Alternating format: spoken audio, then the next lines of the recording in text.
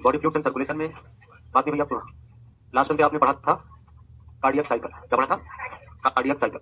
आज हम लोग को पढ़ना था ईसीजी, ईसीजी के बाद double circulation, blood vessels, regulation of cardiac activity, disorder of circulatory system. ठीक, चलिए जरा सबसे पहले हम लोग बात करते हैं ईसीजी की,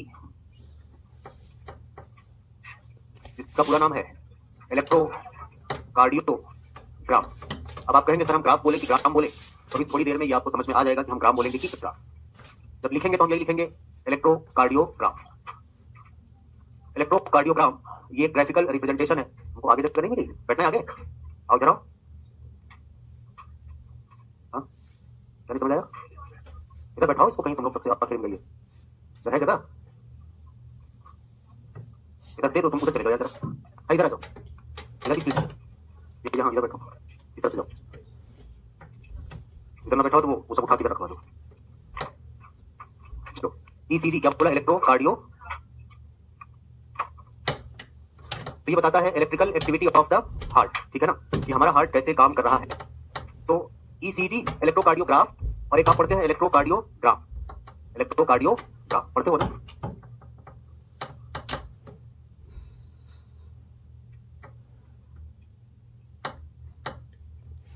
ये हो गया इलेक्ट्रोकार्डियोग्राफ, ठीक है।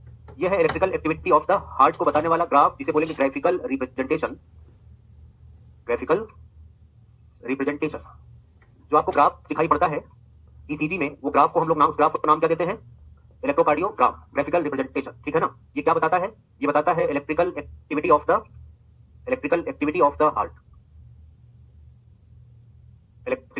द हार्ट, ठीक है ना। हार्ट की इलेक्ट्रिकल एक्टिविटी को दो चीजें यहां पर हम लोग पढ़ेंगे, एक पढ़ेंगे कॉन्ट्रैक्शन और एक रिलैक्सेशन। आपने पढ़ा था कार्डियक साइकिल में दो ही काम तो हो रहा है, या तो कॉन्ट्रैक्शन या तो sir electrical activity of the heart का मतलब क्या है? Contraction and relaxation. कॉन्ट्रैक्शन को हमने बताया था, याद करिए, कॉन्ट्रैक्शन एंड रिलैक्सेशन। और हमने कल ही ये बात लिखी थी, कॉन्ट्रैक्शन का मतलब है, यहां पर बोलो सिस्टोपोल लिख सकते हो, लेकिन हमने कहा यहां पर हम लोग टर्म यूज करेंगे डीपोलराइजेशन। कोई डाउट यहां तक? डीपोलराइजेशन, और इसका मतलब क्या है? रीपोलराइजेशन। रीपोलराइजेशन मतलब रिलैक्सेशन। ये है electrical activity of the heart, जिससे ये तो ईसीजी, ये ग्राफिकल रिप्रेजेंटेशन है जो अब आएगा। जिस मशीन से ये ईसीजी करोगे उस मशीन का नाम क्या है? इलेक्ट्रोकार्डियोग्राफ। वैसे याद कर लो यार, जो ग्राफ हमें दिखता है वो ग्राफ नहीं ग्राम है। जो ग्राफ हमें दिखता है एक्चुअली वो ग्राफ नहीं ग्राम है। जो ग्राफिकल रिप्रेजेंटेशन है उसे क्या नाम दिया? ग्राम। और जो मशीन है उसका क्या नाम दिया? ग्राफ। अब याद रहेगा। तो ईसीजी करते समय ये बताता क्या, आपको समझ गए? कह रहा है कि एक नॉर्मल ईसीजी करने के लिए, फॉर अ नॉर्मल ईसीजी, अब ध्यान से सुनेंगे, फॉर अ नॉर्मल ईसीजी, इन्होंने डायरेक्ट नॉर्मल नहीं लिखा, जैसा लिखा है वैसे लिखा ताकि आपको समझ आए। फॉर अ स्टैंडर्ड ईसीजी, क्या बोला? स्टैंडर्ड, और स्टैंडर्ड का मतलब है नॉर्मल। तो जब स्टैंडर्ड बोले तो मतलब नॉर्मल ईसीजी समझोगे, ठीक है ना। For standard ECG, ECG 3 lead लगाते हैं बॉडी में। कितनी lead? 3 lead attached, 3 lead attached. 3 leads अगर लगाते हैं तो कहां लगाते हैं? इनमें से लगाते हैं one on each wrist, one on each wrist, मतलब एक एक इस कलाई पर और एक इस कलाई पर। एंड वन ऑन, यहां पर लिखा है वन ऑन ईच, मतलब प्रत्येक पर एक एक, ठीक है ना। और यहां पर लगाएंगे one on left ankle, ankle not uncle ना, एंकल का मतलब जानते हो ना, ये टखना, ये यहां वाला, ठीक है ना, तो लेफ्ट में लगाते हैं, ठीक है। ये नॉर्मल ईसीजी के लिए, इस पर क्वेश्चन आता है इतना आसान कि नॉर्मल ईसीजी के लिए बॉडी में कितने लीड लगाते हैं? 3। तो कहां लगाएंगे? एक इस कलाई पर और एक ईच, तो लिख कैसे देगा? वन ऑन ईच रिस्ट, यही पर देगा 2 ऑन ईच रिस्ट, तो 2 नहीं, एक, वन ऑन ईच रिस्ट, एक प्रत्येक कलाइयों पर एक एक। और एक कहां लगाएंगे? लेफ्ट एंकल पर। किसके लिए लगाएंगे? नॉर्मल ईसीजी, जिसे क्या बोल रहे हो? Standard ECG. इसको क्या बोल रहे हो? Standard ECG. बोले याद रहेगा? कोई डाउट? अब आगे हम लोग पढ़ते हैं, और नॉर्मल ईसीजी के लिए ये काम करेंगे। कह रहे हैं कि अगर डिटेल इवैल्यूएशन करना, for detail evaluation multiple leads are also attached on chest region. जैसा कि आप मूवी में देखते हैं, वहां पर नॉर्मल कुछ भी नहीं होता है, बस सही है ना, क्योंकि उनको दिखाना है ना, ये पता चले कि ईसीजी हो रही है। तो जब तक यहां नहीं लगाएंगे तो आपको कैसे पता चले कि इनकी ईसीजी हो रही है, मरने वाला है? बात समझ गए? तो इसको क्या करेंगे? फॉर डिटेल इवैल्यूएशन, अभी लिख रहे हैं for detail evaluation, for detail. जब भी हमने फिर से बोला, जब भी स्टैंडर्ड बोलेगा तो स्टैंडर्ड का मतलब वो नहीं समझोगे बहुत स्टैंडर्ड वाला, मतलब कि नॉर्मल, इसे ब्रैकेट में लिखा है नॉर्मल, ठीक है। फॉर डिटेल इवैल्यूएशन, अगर और डिटेल में करना है, मल्टीपल लीड्स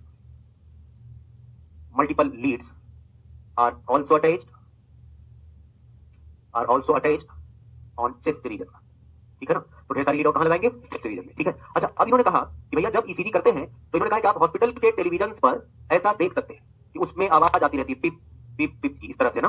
अब हॉस्पिटल के टेलीविजन का कहने का मतलब तुम जाओ हॉस्पिटल में रिसेप्शन पर देखो, कोई दिख तो नहीं रहा है ना, क्योंकि लिखा हॉस्पिटल के टेलीविजन पर। तो भैया जो ईसीजी की जाती है उसका जो मॉनिटर होता है उस पर, ठीक है ना, क्योंकि लिखा हॉस्पिटल टेलीविजन, हॉस्पिटल चले जाओ तो हमें देखना है। और अगर ये पिप पिप के बाद ये पी की आवाज आई, इट मींस इट मींस, अब ये तो तुम समझते हो ना, इट मींस पर्सन है, क्या बोलोगे, कार्डियक अरेस्ट, कार्डियक अरेस्ट मतलब काम खत्म, ठीक है ना। अभी हम लोग पढ़ेंगे heart failure, heart attack, cardiac arrest, ये सब अलग अलग होते हैं, ये सब अलग अलग होते हैं। तो कह रहे हॉस्पिटल के टेलीविजन पे इस तरह की साउंड सुन सकते हैं, पिप पिप पिप की आवाज आती रहती है, जब तक पिप पिप पिप कर रहा है तब तक ठीक है, पी किया तो कहानी खत्म, बात समझ गए ना। ये बताता क्या है और ये तो पता ही है यार। कह रहे कि इसमें कुछ वेव्स आती हैं, तो कितनी वेव्स आती हैं, यहाँ पर हम लोग पढ़ेंगे पी क्यू आर एस और टी। तो आज देखते हैं ये वेव्स क्या बताती है, ये वेव्स क्या बताती है।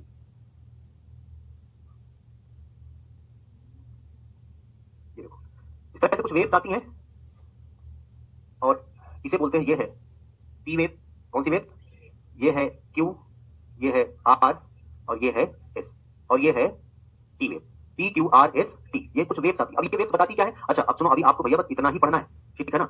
जब पढ़ने लग जाओगे, एमबीबीएस करने लग जाओगे, लोग डॉक्टर बन जाते हैं, इसीलिए देखने नहीं आता है अगर सही से नहीं पढ़े हैं तो, ठीक है ना। तो इतना ही नहीं है, इसमें भी यहाँ से यहाँ, यहाँ से यहाँ बहुत अंतर है आपको, लेकिन फिलहाल इतना ही पढ़ना है, बहुत बेसिक है, बात समझ गए। तो कितनी वेव्स आएंगी बोलो, पी क्यू आर एस और टी। अभी बताती क्या है, ध्यान से सुनो।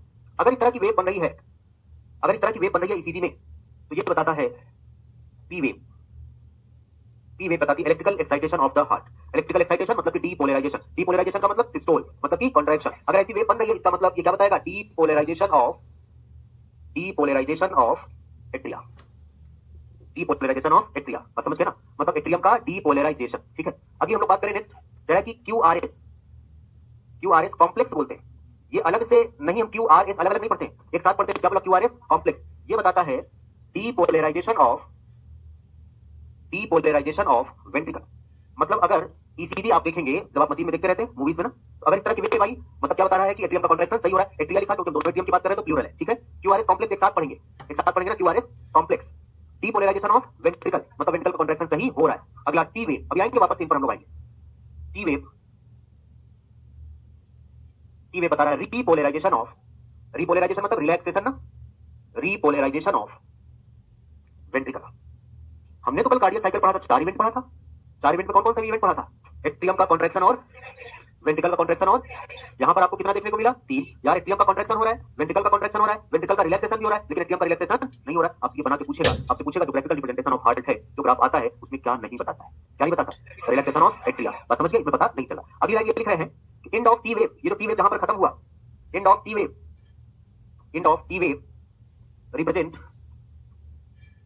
Represent end of systole, end of T wave represent end of systole. अब सुनो, कह रहे कि वेंट्रिकल का, ये किसको बता रहे हैं भाई, वेंट्रिकल के कॉन्ट्रैक्शन को, तो बताओ वेंट्रिकल का कॉन्ट्रैक्शन आर से शुरू होगा, एस से कि क्यू से, क्यू से, तो Q wave represent the beginning of ventricular contraction, याद रखेगा ना। तो हम ये लिखते क्या, क्यू वेव, ये क्यू वेव, क्योंकि क्यूआरएस पूरा बता रहा है वेंट्रिकल का कॉन्ट्रैक्शन ना, लेकिन इसमें भी क्यू से बिगिनिंग हो रही है ना, तो क्यू वेव क्या रिप्रेजेंट कर रहा है, represent beginning of, beginning of बोलो ventricular contraction, beginning of ventricular contraction.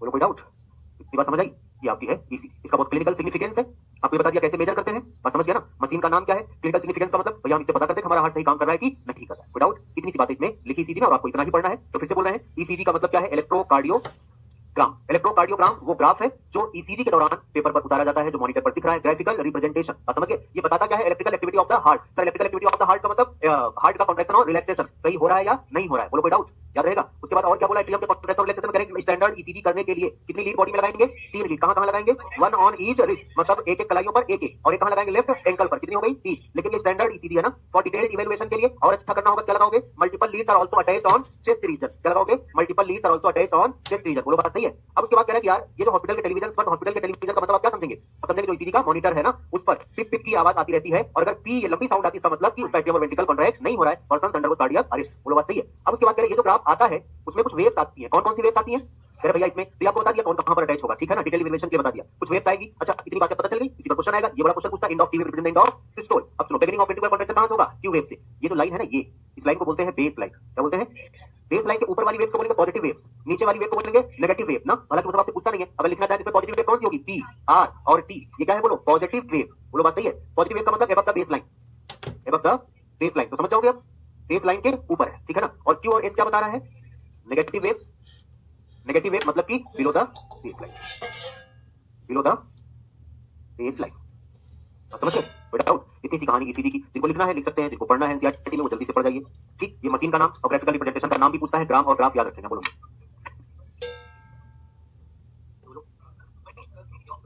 हाँ सुनो, ये जो लगाते हैं ना कि ये ब्लड प्रेशर, हम ये क्या नाम है, ग्राफिकल रिप्रेजेंटेशन का नाम एट्रियल वेंट्रिकल कॉन्ट्रैक्शन तो देख रहे हैं, तो कहां पर प्रेशर, जैसे ब्लड प्रेशर की नापते हैं ना ब्रेकियल आर्टरी, यहां पर या तो रेडियल आर्टरी, जहां पर ऐसा मानते हैं कि प्रेशर ज्यादा है, ठीक है, ऐसी जगह पर लगाते हैं। और उसके बाद इंटर लगाते हैं, वहां से वापस कितना आ रहा है, क्योंकि जब हम बीपी मेजर करते हैं उसमें सिस्टोल डायस्टोल दोनों दिखते हैं ना, इधर कितना प्रेशर वहां पर कितना प्रेशर, दोनों तरफ दिखते हैं, ठीक है।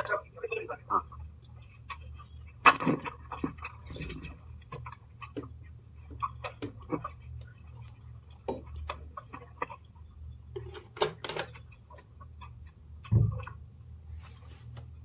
समझ गए, फिर इसी तुम्हारा टाइम चला जाएगा, रिवीजन सही नहीं कर पाओगे, इसलिए हाइलाइटर से अंडरलाइन किया करो, हाईलाइट किया करो।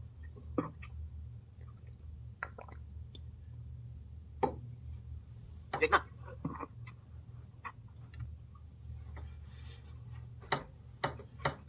तो डबल सर्कुलेशन होता क्या है इसमें, हम लोग दो तरह का सर्कुलेशन पढ़ेंगे, एक पढ़ेंगे सिस्टमिक और एक पढ़ेंगे, क्यों नाम दिया सिस्टमिक या पल्मोनरी, पहले वो देखते हैं हम लोग। एक पढ़ेंगे सिस्टमिक सर्कुलेशन और दूसरा पढ़ेंगे पल्मोनरी सर्कुलेशन। देखिए आपने हार्ट पढ़ा है, ये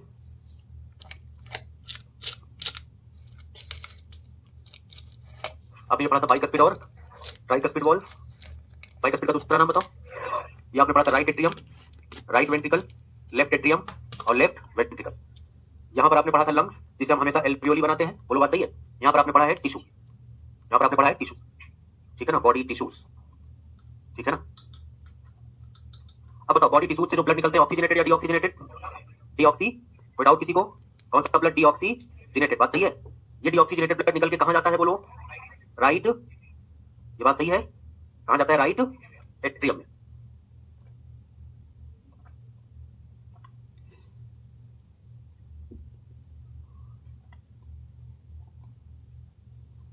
ये देखो यहां पर आएगा, इसका नाम क्या है, पढ़ा है ना, यहां पर कौन सा वॉल्व होगा बताओगे, सेमिलुनर वॉल्व। ये देखो यहां पर आएगा, इसका नाम क्या है, पढ़ा है ना, यहां पर कौन सा वॉल्व होगा बताओगे, सेमिलुनर वॉल्व। यहां से फिर से ये निकलेगा ब्लड, बोलो फिर से निकलेगा ब्लड, कहां जाएगा, पढ़ा है, लंग्स में जाएगा।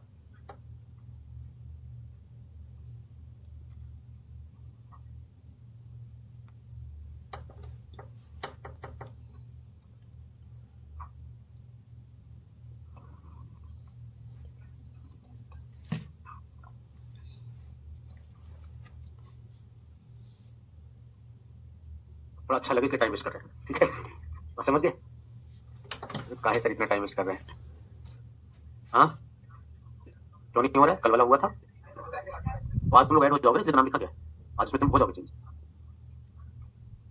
देखो ये, अरे हो जाओगे भाई आज, चलो यही तो पढ़ा है यार, पहले भी तो पढ़ा है डबल सर्कुलेशन, नाम नहीं पढ़ा तब देखो जरा ध्यान से, ये है इसका नाम, जल्दी बताओ क्या है, इसका नाम क्या है, वेना, बोला था इंफीरियर और सुपीरियर वेना का, हार्ट से नीचे वाले पार्ट से और ऊपर वाले से, दोनों एक साथ आके ओपन कहोगे राइट, तो बताओ ये राइट एट्रियम में कौन सा ब्लड लेगा, इसका नाम लिखते हैं वेना कहवा, वेना कहवा जो कि लार्जेस्ट वेन है, लार्जेस्ट वेन है, यहां से लेके गई डीऑक्सीजनेटेड ब्लड राइट एट्रियम में, ट्राइकस्पिड वॉल्व होते हुए राइट वेंट्रिकल में, और ये कहां लेके चला गया, और इसका नाम क्या बोलोगे, पल्मोनरी। इसी के बाद हम लोग ब्लड वेसल्स पढ़ेंगे, पहले भी बताया है कि all arteries carry oxygenated blood except pulmonary artery, तो देखो ये निकला डीऑक्सीजनेटेड ब्लड इसमें जा रहा है, और यहां से ऑक्सीजनेशन होगा, बोलो O2 अंदर और CO2 बाहर, पढ़ चुके हो ना, ऑक्सीजनेटेड ब्लड इसमें जाएगा, इसका नाम क्या है, पल्मोनरी वेन, क्या नाम है, पल्मोनरी वेन, सारी वेन्स में डीऑक्सीजनेटेड ब्लड जाता है एक्सेप्ट पल्मोनरी वेन। और फिर यहां से ये कौन है, बोलो एओर्टा, एओर्टा जो है ये लार्जेस्ट आर्टरी है, लार्जेस्ट आर्टरी है, तो भैया यहां पर जा रहा है डीऑक्सीजनेटेड ब्लड, वेन्स को ब्लू कलर से रिप्रेजेंट करते हैं, CO2 rich blood, deoxygenated blood, यहां पर भी वही गया डीऑक्सीजनेटेड ब्लड, डीऑक्सीजनेटेड ब्लड, यहां से O2 आया अंदर और CO2 चला गया बाहर, इसे बोलते हैं ऑक्सीजनेशन, क्या बोलते हैं, ऑक्सीजनेशन या प्योरिफिकेशन ऑफ ब्लड, ऑक्सीजन आ गया तो ऑक्सीजनेशन, ऑक्सीजनेशन हुआ, ये चला गया पल्मोनरी वेन से, कौन सा ब्लड है, ऑक्सीजनेटेड ब्लड, ऑक्सीजनेटेड ब्लड, यहां पर कौन सा ब्लड है, ऑक्सीजनेटेड ब्लड, ऑक्सीजनेटेड ब्लड। अब देखो यार हार्ट में राइट साइड कौन सा ब्लड है, बोलो डीऑक्सीजनेटेड, लेफ्ट साइड कौन सा है, बोलो बोलो याद रहेगा, अब सुनो, इसलिए इसको, और यहां से देखो जरा, बॉडी से डीऑक्सीजनेटेड ब्लड कहां गया, हार्ट में, हार्ट से कहां गया, लंग्स में, बोलो बात सही है, और यहां से आया, अब ये ले कौन जा रहा है, तरीका क्या है, सही बात क्या है कि जो भी आर्टरीज होंगी उसमें जाना चाहिए ऑक्सीजनेटेड ब्लड, क्या जाना चाहिए, और वेन्स में डीऑक्सीजनेटेड ब्लड, बात सही है। चलो इसी का उल्टा है, वेन्स में डीऑक्सीजन और आर्टरी में, यहां से देखते जाना तुम, यहां से हम स्टार्ट करें लेफ्ट वेंट्रिकल से, बोलो यहां से ये प्योर ब्लड जा रहा है कि इम्प्योर, ऑक्सीजनेटेड डीऑक्सीजनेटेड, कहां जाना चाहिए, आर्टरी में कि वेन में, आर्टरी में, कहां जाना चाहिए, एओर्टा एक लार्जेस्ट आर्टरी है, तो बोलो सही जा रहा है कि गलत जा रहा है, सही जा रहा है, बॉडी में गया, यहां पर O2 कंज्यूम होगा, CO2 प्रोड्यूस होगा, मतलब ब्लड कैसा बन गया, डीऑक्सीजनेटेड, कहां जाना चाहिए, वेन में कि आर्टरी में, वेन में, देखो वेन में जा रहा है, वेना का लार्जेस्ट वेन है, चलो यहां से लेके देखो ये यहां तक, ठीक है ना, फिर कहां चला गया, राइट यहां से बोलो ये आर्टरी है, कौन सा ब्लड जाना चाहिए? ऑक्सीजनेटेड। जा कौन सा है? डीऑक्सीजनेटेड। यहां से अगर देखा जाए लेफ्ट वेंट्रिकल से लेके राइट एट्रियम तक काम सिस्टम से हो रहा है क्या? इसे बोलते हैं सिस्टमिक सर्कुलेशन। क्या बोलेंगे? अब सुनो, फिर यहां से देखो जाना चाहिए किसमें? वेन में। जा किसमें रहा है? यहां पर ऑक्सीजनेशन हो गया, कहां जाना चाहिए प्योर ब्लड? आर्टरी में। जा कहां रहा है? तो यहां से लेकर यहां तक right ventricle to left atrium, pulmonary circulation. क्योंकि लंग्स से रिलेटेड है, लंग्स को गया और लंग्स से आया, तो लंग्स के लिए कौन सा टर्म यूज करते हो? पल्मोनरी। तो क्या नाम दे दिया? Pulmonary circulation. दो टाइप का सर्कुलेशन है, सिस्टमिक एंड पल्मोनरी। इसको तुम अलग अलग तरीके से डिफाइन कर सकते हो। दो तरह का सर्कुलेशन है, सिस्टमिक और पल्मोनरी। नाम क्या दिया? Double. Two types of blood circulate in the blood at the same time without any mixing, it is called double circulation. इसे तुम बोल सकते हो डबल। दोनों बातें सही हैं, बोलो कोई डाउट? यही इतना कहलाएगा। अब आपको नाम लिख देना है कहां से कहां सिस्टमिक सर्कुलेशन। सिस्टमिक इसलिए बोला क्योंकि सिस्टम से हो रहा है, पल्मोनरी इसलिए बोला क्योंकि लंग्स से रिलेटेड है। याद रहेगा, एक बार गया और एक बार आया। अच्छा, कई बार ऐसा भी बोल सकता है, आपने क्या पढ़ा? Left ventricle to right atrium, systemic circulation. Right atrium to right ventricle बोलते तो क्या गड़बड़ है? ठीक है, क्या बोलो? ठीक है। यहां लेफ्ट वेंट्रिकल से स्टार्ट करने के बजाय लेफ्ट एट्रियम से स्टार्ट कर दे तो ठीक है, कोई गड़बड़ नहीं। तो अगर कभी वैसे तो सही पूछो तो यही बताएगा लेफ्ट वेंट्रिकल टू, लेकिन अगर यहां से शुरू करके यहां खत्म करे सिस्टमिक तो कोई गड़बड़ भी तब भी नहीं है। लेफ्ट एट्रियम टू राइट, बस समझ गए? इधर गड़बड़ हो रहा है ना, बोलो याद रहेगा। तो ऐसा बोल सकता है, लेकिन लिखो कहां? यहां से। अच्छा, अब ये बताओ, ये भी पूछता है कि सिस्टमिक सर्कुलेशन का काम क्या है। देखो यहां से ऑक्सीजनेटेड ब्लड ले जा रहा है, इसका काम है न्यूट्रिएंट, इसका काम है ऑक्सीजन को टिश्यू तक पहुंचाना, और इधर भी सिस्टम से ही हो रहा है ना। तो यहां से CO2 लेके कहां तक पहुंचाना, बोलो याद रहेगा? तो भैया CO2 जो वेस्ट है उसको निकालना और न्यूट्रिएंट को टिश्यू तक पहुंचाना, ऑक्सीजन को टिश्यू तक पहुंचाना, ये काम किसका है? सिस्टमिक सर्कुलेशन का। पल्मोनरी सर्कुलेशन का ब्लड को लंग्स तक पहुंचाना और आफ्टर प्यूरिफिकेशन वापस हार्ट तक पहुंचाना। बस समझ गए? ये काम किसका है? अब मैं लिख सकता हूं, इसी को बोलते हैं डबल सर्कुलेशन। कोई डाउट? चलो, हमने यहां पर लिखा था नाम सिस्टमिक सर्कुलेशन, और कहां से कहां तक होगा बोलो जल्दी से? Left ventricle to right atrium. कोई डाउट किसी को? बस समझ गए? It is called systemic circulation. काम क्या है बोलो इसका? ट्रांसपोर्ट। क्या काम है? Transport nutrients and oxygen to the tissue. और खाली इतना ही नहीं, देखो टिश्यू से एंड वेस्टेज को, CO2 को निकालता है कहां? एंड CO2, या तो वेस्ट बोल सकते हो, फ्रॉम टिश्यू टू कहां तक ले जा रहा है? हार्ट। क्योंकि उसके बाद लंग्स बोल दोगे पल्मोनरी में आ जाएगा। बोलो बात सही है, हार्ट तक लेके जा रहा है। कोई डाउट? इसकी ये कहां से स्टार्ट हो रहा है बोलो? पल्मोनरी सर्कुलेशन कहां से स्टार्ट हो रहा है? जल्दी बोलो। Right ventricle to left atrium. बोलो बात सही है। Deoxygenated blood delivered to lungs and oxygenated to heart. बोलो बात सही है। तो क्या बोलोगे? CO2 रिच ब्लड मतलब deoxygenated blood delivered to lungs. बोलो बात सही है, lungs and oxygenated blood from lungs to heart. यही तो करना है। अब आगे टिश्यू तक मत बोलना, वो फिर सिस्टमिक सर्कुलेशन हो जाएगा। फिर क्या हो जाएगा? देखो यहां से लेके यहां तक, बस सही है। यहां तक हमने नहीं बोला क्योंकि ये पल्मोनरी में आ जाएगा, और यहां से लेके यहां तक ये पल्मोनरी है, यहां नहीं बोला क्योंकि ये सिस्टमिक हो जाएगा। बस समझ गए? जहां तक यार, सबसे सिंपल सा तरीका याद रखने का, इस फिगर को देखो, जहां तक हमने अलग अलग कलर भी बनाया, जहां तक सिस्टम से काम हो रहा है सिस्टमिक सर्कुलेशन, जहां पर सिस्टम से नहीं हुआ पल्मोनरी सर्कुलेशन। सिस्टम का मतलब सर आर्टरी में प्योर ब्लड जाना चाहिए, अगर प्योर ब्लड जा रहा है। वेन में इम्प्योर ब्लड जाना चाहिए, अगर इम्प्योर ब्लड जा रहा है, इसका मतलब सिस्टमिक सर्कुलेशन। इसके अलावा क्या है? पल्मोनरी। तुम स्टार्ट कर लो कहीं से, यहां से स्टार्ट कर लेना, तुम कहीं से स्टार्ट कर लो समझने के लिए। सर यहां से लेफ्ट वेंट्रिकल से ये बात हमें पता है कि ऑक्सीजनेटेड ब्लड निकलता है, और ऑक्सीजनेटेड ब्लड आर्टरी में जाना चाहिए। आर्टरी में जा रहा है क्योंकि एओर्टा एक लार्जेस्ट आर्टरी है, सिस्टम से काम हो रहा है। टिश्यू से CO2 रिच ब्लड निकलता है, वेन में जाना चाहिए। सर वेन में जा रहा है, वेन का लार्जेस्ट वेन है, वेन में जा रहा है, कहां तक गया? यहां तक। बात समझ गए? फिर सर यहां से अब डीऑक्सीजनेटेड ब्लड वेन में जाना चाहिए, लेकिन ये आर्टरी में जा रही है, सिस्टम से काम नहीं हो रहा है। मतलब यहां से स्टार्ट हो गई, जहां तक सिस्टम से काम हुआ। तो सिस्टमिक सर्कुलेशन में भी ऑक्सीजनेटेड और डीऑक्सीजनेटेड सर्कुलेट हो रहा है, और पल्मोनरी सर्कुलेशन में भी अब देखो यहां सिस्टम से काम नहीं हो रहा है, डीऑक्सीजनेटेड ब्लड है, कहां जाना चाहिए? वेन में। जा कहां रहा है? लंग्स तक गया। यहां से प्यूरिफिकेशन हो गया, कहां जाना चाहिए? आर्टरी में। जा कहां रहा है? वेन में। तो यहां से यहां तक सिस्टम से काम नहीं हो रहा है, लंग्स से रिलेटेड है, नाम दे दिया पल्मोनरी सर्कुलेशन। कोई डाउट? कहानी खत्म, डबल सर्कुलेशन। इसके अलावा कह हमारी बॉडी में कुछ और स्पेशल कनेक्शन पाए जाते हैं सर्कुलेटरी सिस्टम की। कौन कौन से? आओ जरा देखते हैं। एक बोलते हैं पोर्टल सिस्टम। क्या बोलते हैं?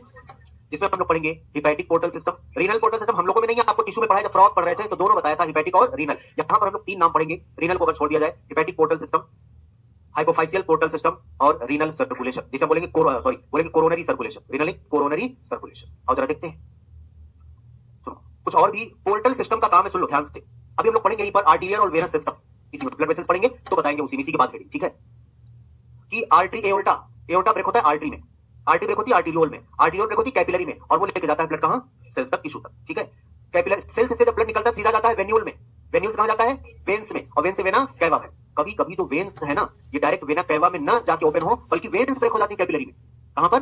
कैपिलरी में। और ये कैपिलरी वेन से वेना कैवा में। कभी कभी जो वेन्स है ना, ये डायरेक्ट वेना कैवा में ना जाके ओपन हो, बल्कि वेन्स ब्रेक हो जाती है कैपिलरी में। कहां पर? कैपिलरी में। और ये कैपिलरी डीऑक्सीजनेटेड ब्लड पहुंचा रहे कहां? टिश्यू तक। ये आता है किसमें? पोर्टल सिस्टम में। और बना के दिखाते तुम्हें समझ आएगा। नाम पढ़ेंगे, अभी आगे पढ़ेंगे उस चीज को। एक हम लोग पढ़ेंगे हिपैटिक पोर्टल सिस्टम। ध्यान से सुनिए, अभी आपने जो पढ़ा अभी आपने हमने यहाँ पर कोई पर्टिकुलर बॉडी पार्ट नहीं लिखा, कोई ऑर्गन नहीं लिखा, क्या लिखा? Body tissue. पूरी बॉडी से अपर पार्ट और लोअर पार्ट, अपर पार्ट से सुपीरियर वेना कैवा और लोअर पार्ट से इंफीरियर वेना कैवा, ये सब जो है वेन्यूल वेन्स और वेना कैवा में आके ब्लड कलेक्ट करके सीधा कहां पोर्ट कर देंगे? हार्ट में। कौन से चैम्बर में? राइट एट्रियम में। लेकिन अब ये यहां से कहां चला जाएगा? वेंट्रिकल चला गया कहां? लंग्स को। इसलिए सब लोग आके यहीं पर पोर्ट करते हैं, क्योंकि ये right side of heart pump करेगा किसको? इसको। बात समझ गए ना? इसको पंप करेगा। इसलिए कभी कभी हार्ट को ना इस वाले पार्ट को सिस्टमिक पार्ट बोलते हैं, प्रेशर वाले को पल्मोनरी पार्ट भी बोलते हैं, याद रहेगा। तो राइट साइड और लेफ्ट साइड, क्योंकि सुनो इधर जो है वो प्योर ब्लड है देखो, और इधर जो है वो इम्प्योर ब्लड है। बस समझ गए? तो ये सिस्टमिक वाला है, याद रहेगा। तो ये इसलिए यहां पर भेजते हैं सब लोग हार्ट को, पूरी बॉडी से जो ब्लड निकलता है वो वेन्यूल वेन और वेना कैवा को अल्टीमेटली वेना कैवा में आएगा। अब वो लाके पोर्ट कर देगी कहां? यहां, क्योंकि टिश्यू से जो ब्लड निकला है उसमें CO2 है, और CO2 जो है निकाल के ऑक्सीजन लाना किसका काम है? लंग्स का। लंग्स में हम डायरेक्ट नहीं भेज सकते ऑक्सीजन अपना ब्लड, तो कहां भेजेंगे? हार्ट को, और ये पंप करेगा कहां जाएगा? लंग्स को। लेकिन कभी कभी ऐसा भी होता है कुछ ऑर्गन से, जैसे कि गैस्ट्रोइंटेस्टाइनल ट्रैक्ट GIT से, बस समझ गए, जो ब्लड निकलता है वो सीधा हार्ट को ना जाके वो चला जाता है लीवर को। कहां जाता है? लीवर को। जाना कहां चाहिए? सीधा जा कहां रहा है? बस समझ गए। और फिर लीवर से तब जाएगा कहां? हार्ट को। दूसरे ऑर्गन से होके जा रहा है। इसे हम बोलते हैं, क्योंकि इसे बोलते हैं पोर्टल सिस्टम, क्योंकि लीवर से रिलेटेड ये वाला पोर्टल सिस्टम है, तो लीवर के टर्म यूज करते हैं हिपर, नाम दे दिया हिपैटिक पोर्टल सिस्टम। रट्टा नहीं मारना, अगर समझोगे तो कभी भूलने को याद आएगा कि नाम क्यों दिया हिपैटिक पोर्टल। बस समझ गए? हिपैटिक पोर्टल में कौन आएगा? तो वहां पर तुम्हें किडनी नहीं लगाओगे, फिर यही लगाओगे हिपर टर्म, तो लीवर के लिए बोलते हैं ना, मतलब लीवर से एसोसिएटेड है। और रट्टा मारे रहोगे बिना किसी कॉन्सेप्ट को समझे, कुछ भी लगाओगे उसमें याद आएगा नहीं। ठीक है, तो अब यहां पर देखो जरा, अगर GIT से गैस्ट्रोइंटेस्टाइनल ट्रैक्ट, कभी कभी सिर्फ इंटेस्टाइन दे देता है। क्या दे देता है? इसमें तो दोनों आ गए, GIT गैस्ट्रोइंटेस्टाइनल ट्रैक्ट, लेकिन कभी कभी हमने क्या बोला? सिर्फ इंटेस्टाइन दे देगा। तो ये भी याद रखना। यहां से जो ब्लड निकलता है जाना कहां चाहिए? बोलो जाना कहां चाहिए? लेकिन जाता हार्ट में नहीं, बल्कि कहां? लीवर में। कहां गया? लीवर में। ठीक, तो ये जिसके थ्रू जाएगा इसका नाम है हिपैटिक पोर्टल, क्योंकि पोर्टल सर्कुलेशन है ना, हिपैटिक पोर्टल वेन, इसके थ्रू जाएगा। हिपैटिक पोर्टल वेन थ्रू कहां गया? लीवर में। और फिर यहां से अब ये जाएगा यार, कहां जाएगा? अब ये जाएगा हार्ट में। और हार्ट क्या काम करेगा वो आपको पता है, भेज देगा कहां? लंग्स को। अब ये जिसके थ्रू जाएगा, लीवर से निकलने वाली वेन का नाम क्या होगा? Hepatic vein.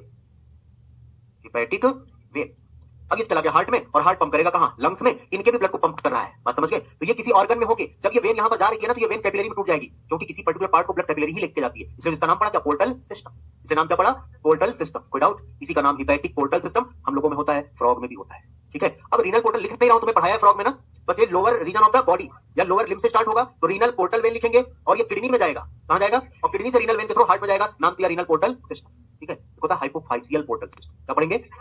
हाइपोफाइसियल पोर्टल सिस्टम में आप पढ़ेंगे भाई आगे बॉडी, जब पढ़ेंगे केमिकल कोऑर्डिनेशन एंड इंटीग्रेशन, या पढ़ेंगे हाइपोथैलेमस। क्या पढ़ेंगे? हाइपो, ये आप पढ़ेंगे एंटीरियर लोब, और ये आप पढ़ेंगे posterior lobe. Adeno hypophysis, neuro hypophysis. हम सीधा बोले तो एंटीरियर पिट्यूटरी और पोस्टीरियर पिट्यूटरी। कुछ ऐसे हार्मोन हैं जो कि निकलेंगे कहां से? हाइपोथैलेमस से, और यहां से निकलेंगे और न्यूरॉन्स के थ्रू सीधा आएंगे कहां? पोस्टीरियर पिट्यूटरी, और यहां से सीक्रेट हो जाएंगे बाहर। जैसा कभी आपने पढ़ा था ADH वैसोप्रेसिन, पढ़ा है ना? तो सुनिए यहां पर, लेकिन यहां से क्या होता है, कुछ ऐसे हार्मोन हैं जो यहां से बनकर चलेंगे, लेकिन डायरेक्ट नहीं आएंगे, बल्कि यहां बीच में किसी के थ्रू आएंगे। बस समझ गए? इसी को बोलते हैं हाइपोफाइसियल। बस समझ गए ना? हाइपोथैलेमस से स्टार्ट होकर कहां कंप्लीट होगा? एंटीरियर पिट्यूटरी में। हाइपोफाइसियल पोर्टल सिस्टम, बोलो याद रहेगा कहां से स्टार्ट होगा? Start from hypothalamus and and in anterior pituitary. कोई डाउट? याद रहेगा, डायरेक्ट आना चाहिए, डायरेक्ट नहीं आ रहा है, किसके थ्रू आ रहा है? हाइपोफाइसियल पोर्टल वेन के थ्रू। हाइपोफाइसियल पोर्टल वेन के थ्रू, याद रहेगा। इसे नाम क्या दिया? हाइपोफाइसियल पोर्टल सिस्टम। इसका नाम हाइपोफाइसियल पोर्टल वेन, इसके थ्रू आएगा। तो जब हम लोग पढ़ेंगे केमिकल कोऑर्डिनेशन, इसकी भी बात करेंगे। अभी सर्कुलेशन पढ़ रहे हैं, इतना बता दिया, बोलो याद रहेगा। एक आता है कोरोनरी सर्कुलेशन, हार्ट को ब्लड ले जाने वाली आर्टरी बोलते हैं कोरोनरी आर्टरी। क्या बोलते हैं भाई? हम ये देखते हैं यहां पर कि यहां से जो ब्लड पंप होता है वो चला जाता है कहां? पूरी बॉडी को। कहां चला जाता है? अरे इसको भी तो चाहिए, इसकी मसल्स भी तो हैं, इसको भी तो ब्लड चाहिए ना। तो ये जो एओर्टा है ना, ये किसमें टूटेगा? आर्टरी में। फिर किसमें टूटेगा? आर्टीरियोल में। तो एक आर्टरी यहां से निकल के वापस कहां आएगी? हार्ट को भी आएगी, और फिर इससे डीऑक्सीजनेटेड ब्लड इससे भी तो निकलेगा। बोलो बात सही है ना? तो कोरोनरी सर्कुलेशन का मतलब कि to and from the heart, heart को ब्लड जाएगा और हार्ट से ब्लड आएगा, जाएगा आर्टीरियल सिस्टम के थ्रू और आएगा वेनस सिस्टम के थ्रू। बोलो याद रहेगा। तो उसे क्या बोलोगे? Coronary circulation. बोलो कोई डाउट? यहां पर हम लिखते कोरोनरी सर्कुलेशन का मतलब ये हाइपोफाइसियल है यार, अभी हम लोग आगे इनको पढ़ेंगे। कोरोनरी की बात इन्होंने यहां पर किया है, कोरोनरी सर्कुलेशन। कोरोनरी सर्कुलेशन तो क्या पढ़ोगे? Circulation of blood, circulation of blood to and from the heart, मतलब हार्ट को to and from the heart, और हार्ट से मतलब हार्ट से कहां जाएगा? हार्ट को सर्कुलेशन होगा हार्ट से ही, जब यहां से निकलेगा, यहां से निकलेगा एओर्टा। अभी पढ़ेंगे ब्लड वेसल्स में हम लोग, एओर्टा किसमें टूटेगा? आर्टरी में। आर्टरी किसमें टूटेगा? आर्टीरियोल में, समझ गए? और किसमें टूटेगी? कैपिलरी में। और फिर जब ये कहां जाएगा? बोलो हार्ट को, और फिर वहां से फिर निकलेगा वेन्यूल वेन और वेना कैवा। तो यहां पर भी तो सर्कुलेशन होगा जो पूरी बॉडी को दे रहा है। कई बार होता है शादी में खाना खिलाते रहो, खाना खिलाते खिलाते सब खत्म, तुम्हें नहीं मिला, बस सही है ना? घर में पापा सब कुछ लाए, सब बांट रहे बांटते बांटते मम्मी बांट रही है, बांटते बांटते सबको देते रहे, सबका ख्याल रखते रखते उन्हीं को नहीं मिला। बस ऐसा होता है ना, उनको भी तो चाहिए, नहीं तो 2-4 दिन बांटेंगे फिर कमजोर गिरने लगे, जाओ तुम लोग खाओ, हमें कभी दिए नहीं खाने के लिए। वो तो सही है ना, हम देने लायक बचे ही नहीं। वैसे ये बेचारा ये सर्कुलेशन कर रहा है ना, इसको भी चाहिए एनर्जी की नहीं चाहिए, सबसे ज्यादा काम कर रहा है, बिना रुके काम कर रहा है यार। बस सही है ना, जो फटीग नहीं होती कौन सी मसल है बोलो, यही कार्डियक मसल जो थकती नहीं है, और उसी को नहीं देंगे तो काम चलेगा क्या। चलो इतना है आपका डबल सर्कुलेशन, लिखना हो भैया लिख लो, डबल सर्कुलेशन। एक बार पढ़ लो, चलो थोड़ा सा दिया, ये कई बार हम लोग पढ़ चुके हैं डायग्राम, ठीक है।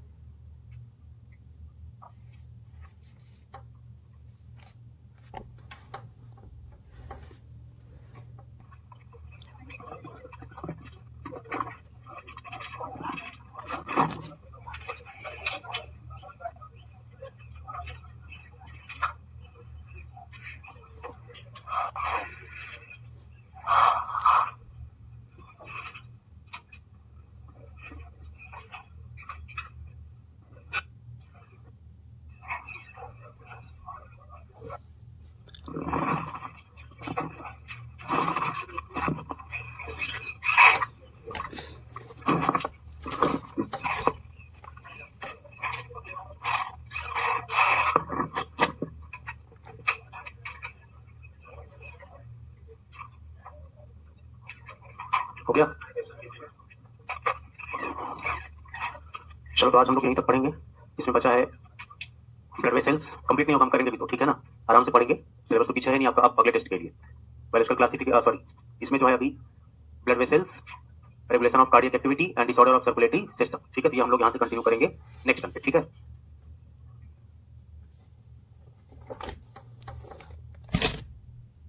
जिसमें लास्ट टाइम पे हमने डबल सर्कुलेशन पढ़ा था। डबल सर्कुलेशन आपको बताया था सिस्टमिक और पल्मोनरी सर्कुलेशन। आपने पढ़ा था डबल सर्कुलेशन में दो तरह का सर्कुलेशन, सिस्टमिक और पल्मोनरी। सिस्टमिक सर्कुलेशन जो स्टार्ट होता है वो left ventricle to right atrium तक, left ventricle to right atrium, और पल्मोनरी सर्कुलेशन स्टार्ट होता है right ventricle to left atrium. बात सही है। आपने पढ़ा था 2 टाइप्स के ब्लड सर्कुलेट होते हैं हार्ट में same time without any mixing, उसे क्या बोलते हैं, डबल सर्कुलेशन, पढ़ा है ना आपने। चलिए उसी के आगे हमको पढ़ना था इसमें ब्लड वेसल्स।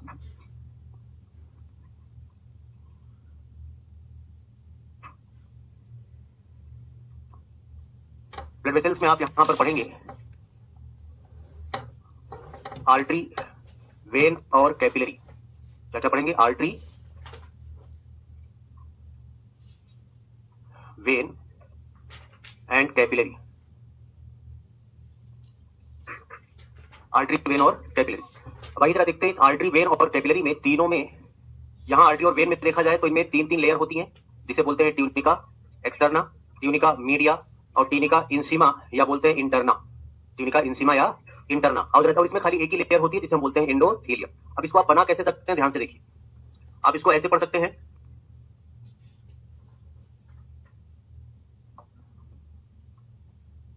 देखो 2 तरह से आपको बना के दिखाएंगे। एक ये है ट्यूनिका एक्सटर्ना,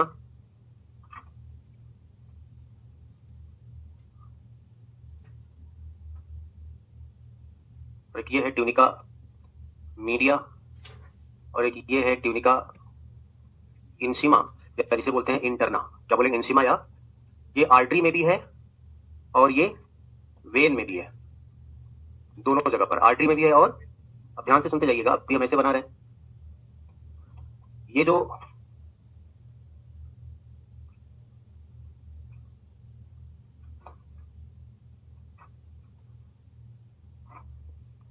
ट्यूनिका मीडिया है वो आर्टरी में ऐसे थिक होती है,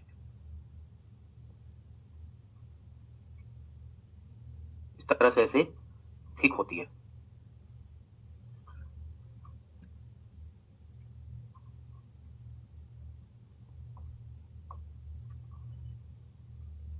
देखो ये ठीक है।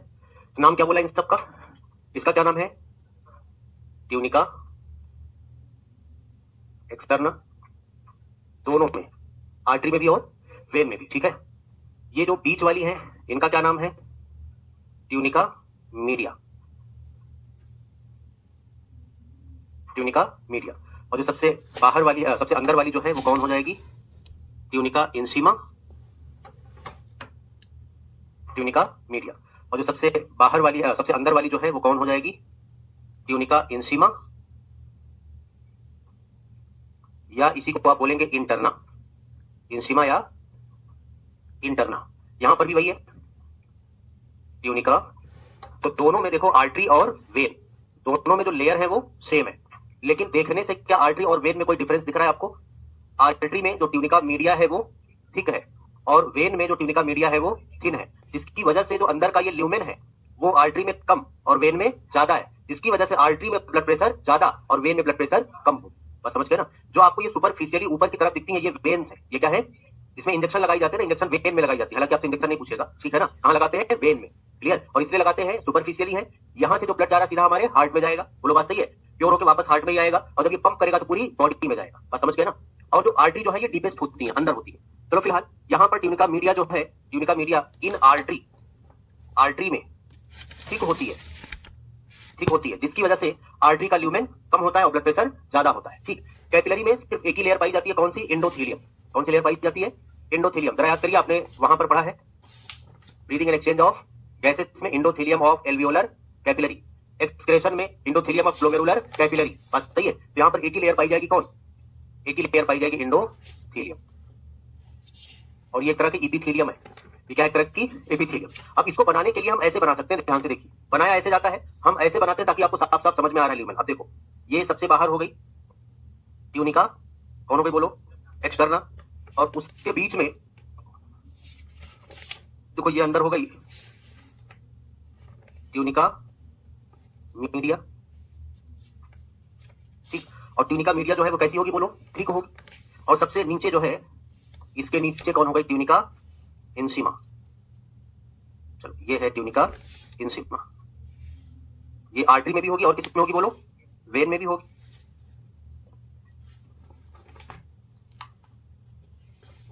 अब देखो दोनों जगह पर होगी। यहां पर ये जो ट्यूनिका मीडिया है ये क्या होगी बोलो? ठीक होगी।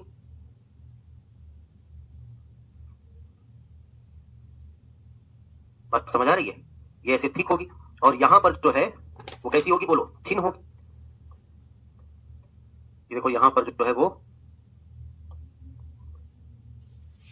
अब खुद ही देख लो, ल्यूमेन अंदर का किसका ज्यादा और किसका कम दिख रहा है? वेन का ज्यादा और आर्टरी का किसकी वजह से? ट्यूनिका मीडिया की वजह से। चाहे ऐसे बना दे या चाहे ऐसे, ऐसे तुम्हें साफ साफ दिखता है हाँ ये इसमें ब्लड फ्लो होगा। बात समझ गए ना? बाकी तो ये सेक्शन कटिंग करके ऐसा दिखता है, बोलो कोई डाउट? ये नीचे वाला उधर दिख रहा है, अच्छा उसमें दिख रहा होगा। ठीक है, इतनी बात क्लियर? तो अब ये आर्टरी और वेन और कैपिलरी, अब हमें कुछ आर्टरी और वेन और कैपिलरी का नाम याद रखना है। तो ल्यूमेन बता दोगे किसका ज्यादा किसका कम? आर्टरी का ल्यूमेन क्यों कम? क्योंकि यहाँ पर ट्यूनिका मीडिया ठीक होगी। वेन का ल्यूमेन क्योंकि यहाँ पर ट्यूनिका मीडिया, बोलो कोई डाउट? याद रहेगा? तो चलो इस पर क्वेश्चन आता है ल्यूमेन पर, और प्रेशर ज्यादा किसमें होगा और किसका कम होगा? वेन में। पढ़ा कौन डीपेस्ट होगी? आर्टरी। कौन सुपरफिशियल होगी? वेन। अब याद रखो, आर्टरी में कोई भी वॉल्व नहीं पाया जाता, लेकिन वेन्स में वॉल्व पाए जाते हैं बैक फ्लो को रोकने के लिए। आर्टरी में प्रेशर ज्यादा होता है तो बैक फ्लो होता भी नहीं है, लेकिन वेन्स में प्रेशर कम होता है, इसलिए उसमें वॉल्व पाई जाती है to prevent the back flow of blood. याद रहेगा? तो बोलो कहां पर पाई जाती है वॉल्व? वॉल्व कहां पाई जाएंगी? वेन्स में। ठीक है ना? Valves are present in veins but not in artery. Artery में नहीं बल्कि वेन में। बोलो याद रहेगा? कैपिलरी में भी नहीं होगा, खाली कहां पर होगा बोलो? वेन में। आगे बढ़ जाए। अब आओ जरा ये आर्टीरियल और वेनस सिस्टम पढ़ते हैं। आपने पढ़ा है आर्टरीज जो हैं, कुछ आर्टरी के नाम पढ़ेंगे, लार्जेस्ट आर्टरी के नाम पढ़ेंगे, आर्टरी कहां जाती है, वेन्स कहां जाती है, आपने पढ़ा है। अब आओ जरा लिखते हैं, ये बातें आपने पहले से पढ़ा है। All arteries carry oxygenated blood, पढ़ा है कि नहीं पढ़ा है? ऑल आर्टरीज कैरी या ट्रांसपोर्ट ऑक्सीजनेटेड ब्लड। कोई डाउट इसमें? Oxygenated blood except pulmonary artery कहां से कहां ब्लड ले जाती है? पल्मोनरी आर्टरी, हाँ बोलो, राइट वेंट्रिकल टू एट्रियम, नहीं बोलोगे क्या? वेंट्रिकल टू लंग्स, पढ़ा है ना? अब दूसरी बात यहां पर क्या बोलेंगे? ऑल वेन्स, पढ़ा है भाई, बताया है। All veins carry deoxygenated blood, deoxygenated blood except pulmonary vein. Pulmonary vein कहां से कहां ले जाती है? Lungs to left atrium. Lungs से कहां? लेफ्ट। अरे तो डायग्राम में पढ़ा है ना, कोई रटने वाली बात तो है नहीं, बात समझ के सब पढ़ के आए हो भाई। चलो कितनी बातें हो गई क्लियर? कहां पर कौन सा कहां ले जाएगा और एक्सेप्शन क्या है। अब अगर हम आर्टीरियल और वीनस सिस्टम पढ़ते हैं, लार्जेस्ट आर्टरी का नाम है, लार्जेस्ट आर्टरी का नाम है एओर्टा, और लार्जेस्ट वेन का नाम है, लार्जेस्ट वेन का नाम है वेना कैवा। आपको बताया है वेना कैवा में सुपीरियर और इंफीरियर वेना कैवा, बोलो बताया कि नहीं बताया? सुपीरियर वेना कैवा और इंफीरियर वेना कैवा। हार्ट के ऊपर वाले रीजन से सुपीरियर वेना कैवा, और नीचे वाले रीजन से इंफीरियर वेना केवा। पढ़ा है ना, सुपीरियर और इंफीरियर वेना केवा। ठीक है, अब चलो भैया, जितनी भी आर्टरीज है सबसे पहले हार्ट से निकलता क्या डबल सर्कुलेशन पढ़ा था। Seminal wall left atrium left ventricle का सेमिनल वॉल के थ्रू कहां ओपन होता है बोलो, वेंट्रिकल एओर्टा में। तो पूरा का प्रॉब्लम कहां जाता है, एओर्टा में। अब एओर्टा ब्रेक होती है आर्टरी में, तो आर्टरी जो है वो अलग अलग कहां जाती है बोलो, ऑर्गन्स को जाती है। और जरा वही हम लोग को देखना है। हमारा जो हार्ट है ना, ये दो काम करता है। एक तो ये प्योर ब्लड देता है, एक तो ये प्योर ब्लड देता है हमारी बॉडी को, और फिर जो इम्प्योर ब्लड होता है ना वो बॉडी से लेता भी है। जैसे आपके घर में पानी आता है ना, पानी सप्लाई वाला पानी आता है, तो साफ सुथरा आता है गंदा आता है, साफ सुथरा आता है, उसका आप यूज करते हैं। लेकिन जब आप पानी यूज करने के बाद उसको गिराते हैं बाहर, तो बोलो साफ की गंदा, गंदा। तो पानी आता है पानी की टंकी से और जाता कहां है, नाले में। बोलो बात सही है ना, आपके घर से नाली निकली और वो नाली जाके कहां खुलेगी, नाले में। बात सही है। तो वो जो अलग अलग जगह पर ना पानी की टंकी और नाला आपके हार्ट में, आपके बॉडी में ना, वो हार्ट दोनों काम करता है। कैसे आओ जरा वही हम लोग देखते हैं, ध्यान से सुनो। ये जो हार्ट है, यहां से बोलो ब्लड निकलेगा, प्योर ब्लड कहां से, लेफ्ट वेंट्रिकल से। लेफ्ट वेंट्रिकल से तो कहां जाएगा जल्दी बताओ, एओर्टा में। कहां जाएगा, एओर्टा में। और ये एओर्टा किसमें ब्रेक होगी, आर्टरी में। किसमें ब्रेक होगी, आर्टरी में। तो एओर्टा जो है ना वो ज्यादा मोटी होगी, चौड़ी होगी, क्योंकि पूरी बॉडी के लिए ब्लड यहां से निकल रहा है। लेकिन आर्टरी थोड़ी सी पतली होगी, क्योंकि ये किसी एक ऑर्गन के लिए। जैसे अभी हम लोग अलग अलग आर्टरी का नाम पढ़ेंगे। जैसे अगर हार्ट में जा रहा है तो कोरोनरी आर्टरी, जैसे हमारे लिम्स में आ रहा है तो सबक्लेवियन आर्टरी, बस समझ गया। अलग अलग तरह, जैसे डायफ्राम में जा रहा है तो फ्रेनिक आर्टरी, किडनी में जा रहा है तो रीनल आर्टरी, बस समझ गए। लंग्स में जा रहा है पल्मोनरी आर्टरी, पढ़ा है ना। तो अलग अलग ऑर्गन्स में ब्लड लेके जाएगा, तो ये आर्टरी। लेकिन आर्टरी भी आगे चलकर ब्रेक हो जाती है किसमें, आर्टीरियोल में। किसमें ब्रेक हो जाती है, तो आर्टीरियोल जो है ये और पतली हो जाती है। जैसे आपने पढ़ा है किडनी में अफरेंट आर्टीरियोल और इफरेंट आर्टीरियोल, पढ़ा है ना। तो ये देखो, ये एओर्टा है, ये एओर्टा है, ये आर्टरी है। तो देखो एओर्टा किसमें ब्रेक हुआ, आर्टरी में। ये आर्टरी है ना, ये आर्टरी है। और ये क्या है बोलो, आर्टीरियोल। ये ऐसे ब्रेक होगा कैपिलरी में, तो और पतली हो गई, बस समझ गए। और कैपिलरी ही है जो सीधा ब्लड लेके जाती है कहां, सेल में, टिश्यू में, बस समझ गए। तो ये है कैपिलरी, कैपिलरी, और ये है सेल या टिश्यू। ये आर्टीरियल सिस्टम है। कौन सा सिस्टम है, आर्टीरियल सिस्टम। क्या करता है, पहले भी एक बार हमने बताया, खाली बोला है, न्यूट्रिएंट लेके जाएगा। समझ गए, जिसे तुम सिस्टमिक सर्कुलेशन बोलते हो, न्यूट्रिएंट लेके जाएगा। तो आर्टीरियल सिस्टम की बात करो, ऑक्सीजन लेके जाएगा, हार्मोन लेके जाएगा, कहां तक, सेल या टिश्यू तक लेके जाएगा। अब मान लो इस सेल में ये ऑक्सीजन लेके आया, लंग्स से प्यूरिफिकेशन होने के बाद यहां पर ब्लड आया था, और ब्लड ये इस सिस्टम के थ्रू कहां तक चलाया, सेल तक, और इसने ऑक्सीजन ले लिया और CO2 रिलीज कर दिया, बस सही है। ऐसा ही कुछ सेल, कुछ सिस्टम इधर भी तो होंगे। मान लो इधर भी ये कुछ सेल है ऐसे। अब यहां से जो निकलेगा वो निकलेगा वेन्यूल। क्या निकलेगी बोलो, वेन्यूल। यहां से जो निकलेगी वो निकलेगी वेन्यूल, ऐसे। इनका नाम क्या होगा, इनका नाम होगा वेन्यूल, वेन्यूल। और फिर यहां के, और ये आगे क्या मिल गया बोलो, जहां पर ये वेन्यूल मिलते हैं क्या बन गया, वेन। क्या बन गया, ऐसे ही इधर से भी आएंगे, मान लो ऐसे ही इधर से भी आएंगे ये वेन्यूल। ये देखो ये वेन्यूल इधर ऐसे, तो ये वेन्यूल है और ये क्या है बोलो, वेन। देखो ऐसे वेन, और इधर की भी ये वेन। ये वेन आके ऐसे मिलेंगी तो ये क्या बन जाएगा बोलो, वेना कैवा। क्या बन गया, और वेना कैवा ही तो तुम पढ़े हो, ब्लड लेके आता है कहां पर, हार्ट में। तो इधर देखो ऑक्सीजनेटेड आया और इधर से डीऑक्सीजनेटेड गया। इधर से प्योर वाला दिया और इधर से इम्प्योर वाला लिया। बोलो बात सही है। तो ये क्या है, वेन्यूल। ये भी क्या था, वेन्यूल। ये भी क्या है बोलो, वेन्यूल। और ये क्या है, जहां पर वेन्यूल मिल गई ये क्या है, वेन। जहां पर ये वेन्यूल मिल गई ये क्या है बोलो, वेन। और जहां पर ये अलग अलग तरफ की वेन आके मिल गई ये क्या है, वेना कैवा। ऐसे ही ऊपर भी होगा और ऐसे ही नीचे भी होगा, बस समझ गए। तो देखो इधर से प्योर गया, ये पानी की टंकी जैसा काम कर रहा है भैया, प्योर पानी दे रहा है, और इधर से ये नाले जैसा बेचारा काम कर रहा है, इम्प्योर ले रहा है, बस समझ गई। तो जगती रहो, क्लियर। तो ये इतने दिन घर पे सोई नहीं, अब इधर देखो जगते, हम तो खुद सोए, और क्या क्या काम था यार, सो तुम लोग सो नहीं रहे थे। इधर देखो, बात समझ गए, ये आर्टीरियल सिस्टम और ये वेनस सिस्टम। अगर सुनो सुनो ध्यान से सुनो, अगर यही वेन, ध्यान सुनो, अगर यही वेन वहां, क्या ही काम था, काम तो बहुत था, लेकिन कर नहीं रहे तो सोएंगे, सही है। चलो आगे चले, और 4-5 दिन आदत पड़ गई थी ना, इसलिए आज भी लेट सो गए 10 बजे। चले आगे समझ आ गई इतनी बात, हाँ तभी लेट हो गया ना 15-20 मिनट। इतनी बात समझ गया, बड़ी ईमानदारी से बोलते हैं, तुम लोग झूठ बोलते हो। चले अब ये बात समझ आई कि नहीं आई। अब आप कुछ आर्टरी का नाम है, सुनो, कुछ आर्टरी का नाम आपसे बहुत ज्यादा नहीं पूछता, कुछ तुमने पढ़ा है उसी की एक जगह कलेक्ट करके लिख दे रहे हैं। इतनी बात समझ आई, कोई डाउट। अब हम क्या बोले, सुनो मजाक मजाक निकल जाएगा। अगर यही आपने पढ़ा था पोर्टल सिस्टम, क्या पढ़ा था, अगर यही वेन, अब याद करो जरा ध्यान से, हिपैटिक पोर्टल सिस्टम पढ़ा है। GIT से ब्लड जाएगा कहां, लीवर में, कहां जाएगा, लीवर में। तो ये यहां से कौन सी वेन आई बोलो, हिपैटिक पोर्टल वेन। यार किसी ऑर्गन, किसी सेल में तो, एक एक सेल में तो कैपिलरी पहुंचती है ना, कौन पहुंचती है, तो ये हिपैटिक पोर्टल वेन तो डायरेक्ट जाएगी नहीं, वेन आएगी किसमें, टूट जाएगी कैपिलरी में, सेल तक कैपिलरी ही पहुंचेगी। तो अगर वेन कैपिलरी में टूट जाए उसको तो बोलते हैं क्या, portal system. Otherwise when capillary में नहीं टूटती, ये यहां से लेके सीधा वेना कैवा में जाती। लेकिन वेन अगर फिर से कैपिलरी में टूट जाए छोटी छोटी, तो उसी क्या बोलते हैं, पोर्टल सिस्टम। और समझ गए, इतनी सी कहानी है इनकी। आइए जरा कुछ नाम लिख लेते हैं, फिर हम लोग आगे बढ़ते हैं। जैसे देखो, जिस नाम की आर्टरी जिस ऑर्गन में ब्लड लेके जाएगी, उसी नाम की वेन वहां से ब्लड लेके निकलेगी, समझ गए। वही वेन वहां से, जैसे एक एक्सेप्शन है, ध्यान से सुनिएगा। जैसे कह रहे carotid artery, carotid artery blood लेके जाएगी कहां पता है? ब्रेन को। याद करो जरा, कैरोटिड आर्टरी पढ़ा था, and aortic arch, sensitive for CO2 और H+, पढ़ा था कि नहीं पढ़ा था? तो कैरोटिड आर्टरी ब्लड लेके जाएगा कहां पर? और यहां से जो निकलेगी वेन, वो वेन निकलेगी जुगुलर वेन।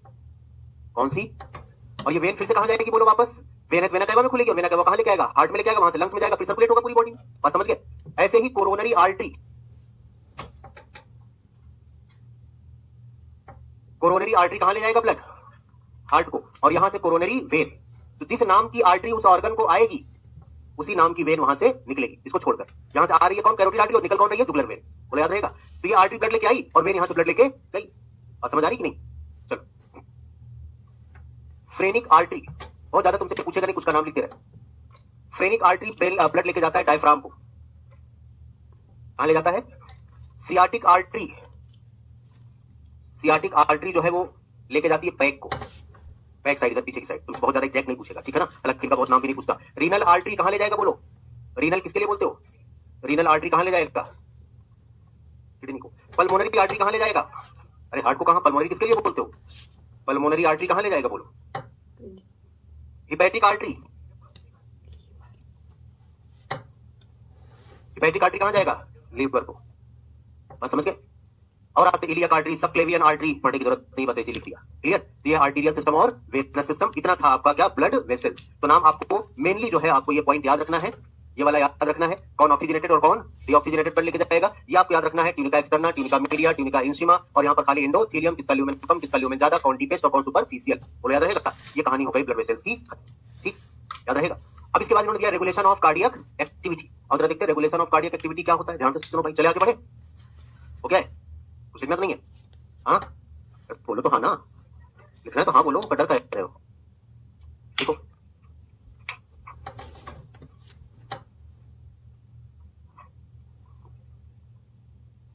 अच्छा, जब हम कह रहे थे कि कुछ काम ही क्या था, सोना, तो कुछ लोग कह रहे थे हाँ सर खूब सोया। इनको लग रहा है बड़ा अच्छा काम किया। अगर तुम्हें तो पढ़ना था, रिवीजन करना था ना, इतने दिन में रिवीजन कर जाते।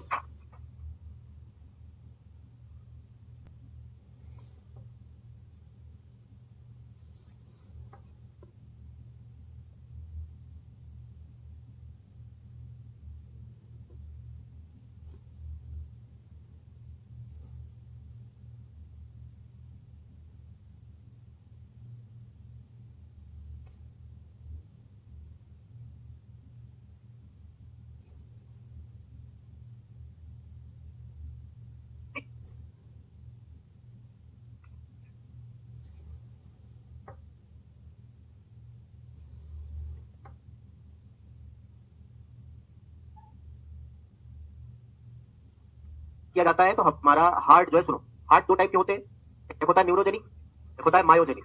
ठीक है, अभ्यास करके सुनते जाओ। मायोजेनिक हार्ट और न्यूरोजेनिक, न्यूरोजेनिक हार्ट होता है ऑर्थोपोड से, जैसा कि तुमने कॉकरोच पढ़ा है। ऐसा हार्ट जहां से इंपल्स जनरेट होगी न्यूरॉन के थ्रू, किसके थ्रू? उसे बोलेंगे न्यूरोजेनिक हार्ट।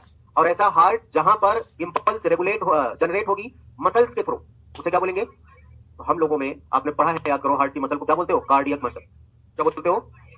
और स्पेशलाइज्ड कार्डियक मसल को क्या बोलते हो? नोडल टिश्यू या नोडल मस्कुलेचर। पढ़ा है ना? नोडल मस्कुलेचर का एक फ्लैप, एक पेज, एक टुकड़ा, जिसे क्या नाम दिया? ऐसे नोड। तो है तो मसल्स ना। ये क्या करता है? इंपल्स को जनरेट करता है, एक्शन पोटेंशियल जनरेट करता है। बोलो बात सही है? एक्शन पोटेंशियल क्या करता है? जनरेट करता है। तो मसल्स के थ्रू जनरेट हो रही है ना इंपल्स। ऐसे हार्ट को क्या बोलेंगे? मायोजेनिक। अब इन्होंने कहानी यही शुरुआत करी। वैसे तो हमारा हार्ट मायोजेनिक है, लेकिन कुछ हद तक रेगुलेट किया जाता है नर्वस सिस्टम के थ्रू। किसके थ्रू बोलो? तो हेडिंग है regulation of cardiac activity. Regulation of cardiac activity, regulation of cardiac activity. बस समझ गए? इसमें आपने पढ़ा, वैसे तो जो हमारा हार्ट है, ह्यूमन का हार्ट पढ़ रहे हैं, ह्यूमन का सर्कुलेटरी सिस्टम पढ़ रहे हैं, तो हम उसी की बात करेंगे। ह्यूमन का जो हार्ट है वो कैसा है? Myogenic, but regulated by nervous system at certain extent. कुछ हद तक कौन रेगुलेट करता है? बट यहां पर जनरेट कौन करेगा बोलो? यहां पर मायोजेनिक का मतलब क्या? Impulse generated by, impulse generated by, generated by muscles, but at certain extent regulated by nervous system and also by medulla oblongata. इन्होंने ऐसे लिखा है कि हार्मोन्स जो रिलीज होते हैं मेडुला से वो भी रेगुलेट करते हैं किसको, हार्ट की एक्टिविटी को। तो पहला हम लोग पढ़ेंगे रेगुलेशन बाय नर्वस सिस्टम और दूसरा पढ़ेंगे मेडुला ऑब्लोंगेटा। ठीक है, तो ध्यान से सुनिए। नर्वस सिस्टम आप पढ़ेंगे सेंट्रल नर्वस सिस्टम सीएनएस। अगर हम और बात करें नर्वस सिस्टम में आप पढ़ेंगे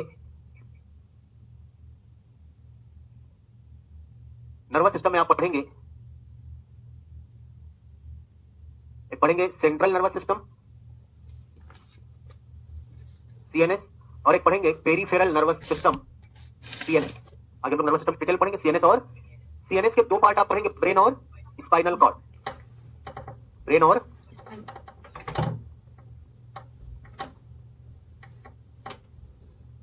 स्पाइनल कॉर्ड। और पीएनएस के आप दो पार्ट पढ़ेंगे सोमैटिक न्यूरल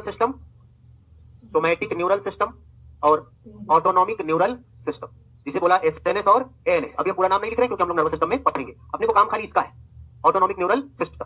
इसके दो पार्ट हैं, एक है सिंपैथेटिक और एक है पैरासिम्पैथेटिक नर्वस सिस्टम। अब ध्यान से सुनो भैया, सिंपैथेटिक नर्वस सिस्टम और पैरासिम्पैथेटिक नर्वस सिस्टम। ठीक है, अब सुनो। सिंपैथेटिक नर्वस सिस्टम ये काम करता है वर्क इन इमरजेंसी,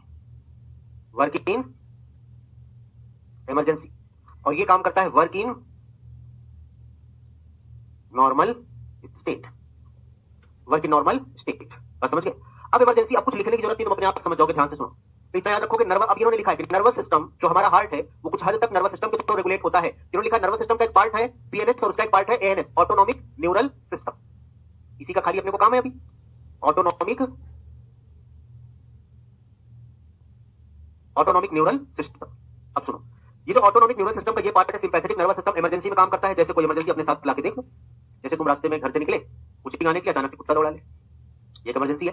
कुत्ता दौड़ा ले तो लोग कहते हैं कि दौड़ाए देखो तो भागना नहीं, लेकिन जो कह रहा था भागना नहीं उसी के पीछे कुत्ता छोड़ के देखो अचानक से, तो वो भी भागेगा। अब जब दौड़ोगे कुछ देर दौड़ने के बाद काट ले तब समझ आएगा कि कहा था कि मत भागना, लेकिन उस समय तुम्हारा दिमाग काम करता ही नहीं। दिमाग इधर देखो, ये इसलिए मैंने लिखा, इसकी जरूरत नहीं थी। ये काम नहीं कर रहा है। काम कौन कर रहा है? ये PNS, peripheral nervous system. Reflex action, अचानक से रिफ्लेक्स एक्शन कौन? आप पढ़ाएंगे तुम्हें यहाँ पर भी अचानक से काम कराता है ये स्पाइनल कॉर्ड, तो उसमें ये इन्वॉल्व होगा। समझ गया ना, ये सीएनएस का पार्ट ये इन्वॉल्व होगा स्पाइनल कॉर्ड। जैसे अब तुम्हें बताएंगे हम नर्वस सिस्टम पढ़ेंगे डिटेल में, तब जहां पर सोच समझ के काम हो वहां पर काम करता है ब्रेन, जहां पर बिना सोचे समझे काम हो वहां पर काम करता है स्पाइनल कॉर्ड।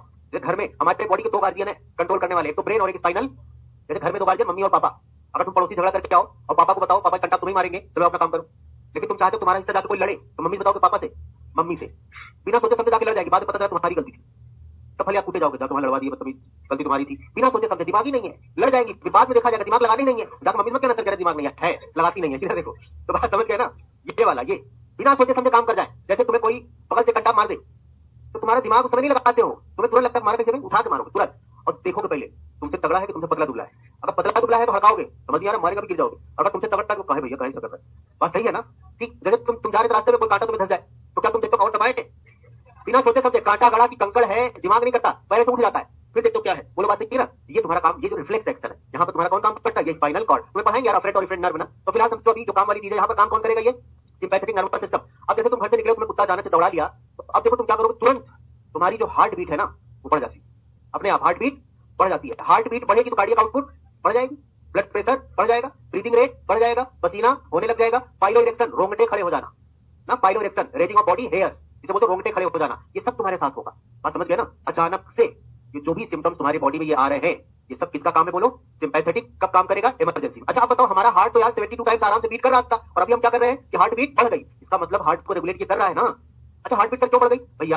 अभी तुम क्या कर रहे हो, जैसे ही कुत्ता दौड़ाया तो तुम भागे, और जब तुम दौड़ोगे तो तुम्हें एनर्जी ज्यादा चाहिए, एनर्जी कहां से निकलती है? मिलती है फूड के ब्रेकडाउन से। फूड का ब्रेकडाउन होता है ऑक्सीजन के प्रेजेंस में, तो तुम्हारा ब्रीथिंग रेट बढ़ जाएगा, और ऑक्सीजन तो आने लगी, ब्रीथिंग रेट बढ़ गया, ब्लड का सर्कुलेशन अपने रेट से चल रहा है, तो जल्दी जल्दी ऑक्सीजन सेल तक पहुंचेगी क्या? नहीं पहुंचेगी, इसलिए ब्लड का सर्कुलेशन भी बढ़ना चाहिए। ब्लड का सर्कुलेशन बढ़ने के लिए हार्ट पंपिंग बढ़नी चाहिए, बोलो बात सही है, इसलिए हार्ट बीट रेट बढ़ जाती है, बोलो याद रहेगा। स्वेटिंग होने लग जाएगी, तो क्या ये कोई बात याद रखने वाली है क्या? ये अपने आप ही सारी चीजें आती है। तो कुत्ता नहीं दौड़ा, घर में कोई कांड कर दिया, माता जी धमकी देती आने दो शाम को, किसको आने दो? बॉस को आने दो शाम को, बताते अरे पिताश्री अब एक्सेप्शन एवरीवेयर, कोई होता है नहीं करता है, आने तो अच्छा है, तुम ज्यादा खूंखार हो, मुझसे समझ लेंगे, समझ गए ना।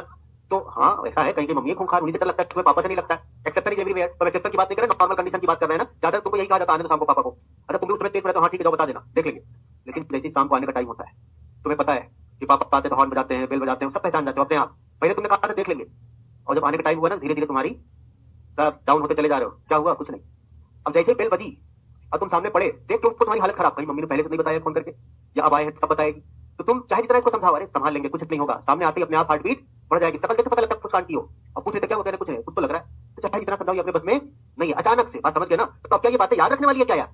सिंपैथेटिक नर्वस सिस्टम की बातें याद रखने वाली है क्या? नहीं भैया, यहाँ पर बोलो हार्ट बीट रेट, अब जल्दी बोलो, बढ़ जाएगी, ब्लड प्रेशर बढ़ जाए, कार्डियक एक्टिविटी मतलब कार्डियक आउटपुट, स्वेटिंग होगी, पाइलोरेक्शन होगा, बोलो बात सही है कि नहीं? कोई डाउट? तुम आगे पढ़ोगे, कुछ लोग पढ़े पढ़े हैं excretory product and there elimination. तुमने पढ़ा है कि जब यूरिनेशन होता है तो ये जो यूरिनरी ब्लैडर की मसल्स ये कॉन्ट्रैक्ट होती हैं और यूरिथ्रल स्फिंक्टर रिलैक्स होता है, तो यूरिन जाता है बाहर, और इस इमरजेंसी की कंडीशन में इसी का उल्टा होता है।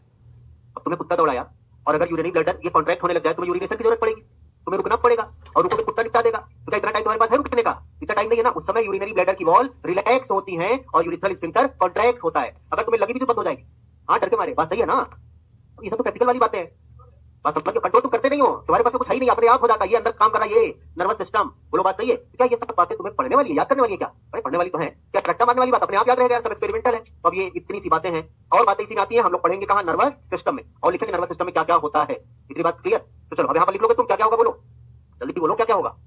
यहाँ पर हार्ट बीट रेट बढ़ जाएगी, बीपी बढ़ जाएगी, पसीना होगा, बोलो यार, पाइलो इरेक्शन होगा, बोलो कोई डाउट? ये सारी बातें इसलिए लिख लोगे इमरजेंसी में। और जब तुम बहुत दूर जाके, प्यूपिल का डायलेशन भी होता है, क्योंकि बहुत दूर तक तुम पीछे देख रहे हो, कुछ आंखें फाड़ फाड़ देख रहे हो, कुत्ता आ रहा है कि गया, अब मालूम पड़ा तुम देख रहे हो पीछे कुत्ता बजाय बिल्ली आ रही, कभी तुम्हें दिख रहा है कुत्ता आ रहा है, और भागे चले जा रहे हो और चले जा रहे हो, इसलिए तुम उसमें आंखें फाड़ के देखते हो। जितना ज्यादा प्यूपिल डायलेट होगी उतना ज्यादा क्या होगा, लाइट एंटर करेगी, इमेज उतना साफ बनेगा। तुम किसी को यहाँ पर ऐसे उसकी आंखें खोलो और यहाँ पर टॉर्च डालो, देखो यहाँ पर जो तुम्हारा प्यूपिल है ना, बीच वाला कलर्ड वाला जो ब्लैक ब्राउन ब्लू जो है, इसके अंदर भी छोटा गोला है ना, वो क्या है? प्यूपिल। कोई जब बेहोश होता है ना, पता करने के लिए कि ये नॉर्मल बेहोश है, कहीं कोमा में नहीं चला गया बेचारा, तो क्या करोगे? ऐसे आंखें फैला के टॉर्च मारेंगे। अगर वो कॉन्शियस है ना, तो ये प्यूपिल डायलेट और कॉन्स्ट्रिक्ट होगी, मतलब दिमाग काम कर रहा है, नर्वस सिस्टम काम कर रहा है। तो अगर तुम ऐसे क्या करोगे, उस समय तुम आंखें फाड़ के देखते हो पीछे, प्यूपिल डायलेट कराते हो ताकि लाइट ज्यादा इंटर करे, साफ साफ इमेज बने कि कुत्ता ही आ रहा है कि बिल्ली आ रही है, तब ये भागे जा रहे हैं। बात समझ गए ना? और इसी का उल्टा होगा कब? नॉर्मल जब तुम देख लिए कि कुत्ता नहीं आ रहा है, अब गहरी सांस लेते हो, सुकून मिला। अब जब सुकून मिला, ये सब जो पढ़ा था इन सबको हटाने का काम करेगा कौन? पैरासिम्पैथेटिक। इसलिए लिखा है ये नॉर्मल कराएगा और ये क्या करेगा? बढ़ाएगा। ये किसको बढ़ाया था, ये उसी को घटाएगा। बोलो याद रहेगा? इतनी सी कहानी है नर्वस सिस्टम के थ्रू रेगुलेशन, याद रहेगा? तो एनसीईआरटी क्या लिखती है कि नर्वस सिस्टम का एक पार्ट है पीएनएस, पीएनएस का पार्ट है एएनएस, और एएनएस का एक पार्ट है सिंपैथेटिक नर्वस सिस्टम। ये काम करता है कब? अब इतना याद रहेगा ना? और उसी को इन्होंने कहा दूसरा पार्ट है पैरासिम्पैथेटिक, ये क्या कराता है? सबको नॉर्मल कराता है। तो याद रहेगा, लिखने की जरूरत नहीं है। दूसरा और क्या बोला यहाँ पर? हार्मोन। कहां से? मेडुला ऑब्लोंगेटा से। सुनो, यहाँ पर मेडुला ऑब्लोंगेटा लिख दिया तो गलत है, ये ब्रेन का पार्ट है भैया, ऐसे याद रखो, मेडुलरी रीजन। तो यहां पर लिख रहा हूं एडिनल मेडुला, वो ब्रेन का पार्ट था यार, adrenal medullary region.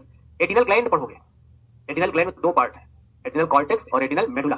Adrenal medulla से दो हार्मोन निकलते हैं, एपिनेफ्रिन और, मैं यहीं पर लिख रहा हूं, ध्यान से सुनो, दो हार्मोन निकलते हैं, एपिनेफ्रिन और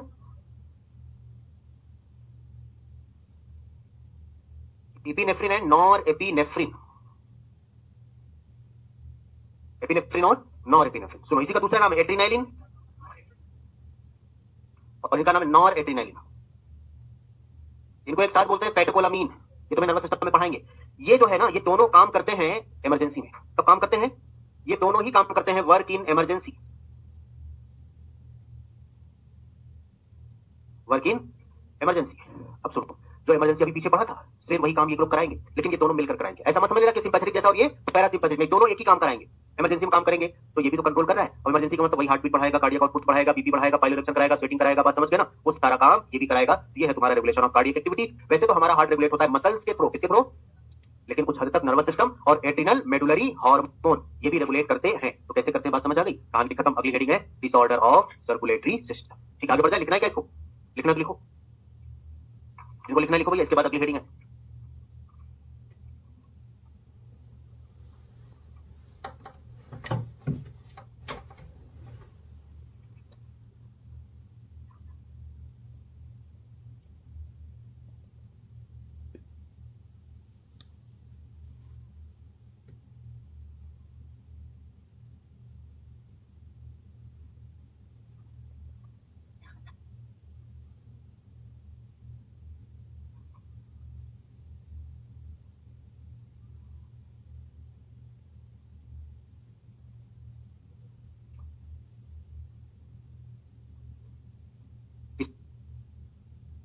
नॉर्मल ब्लड प्रेशर की बात करें जो कि डिसऑर्डर नहीं है।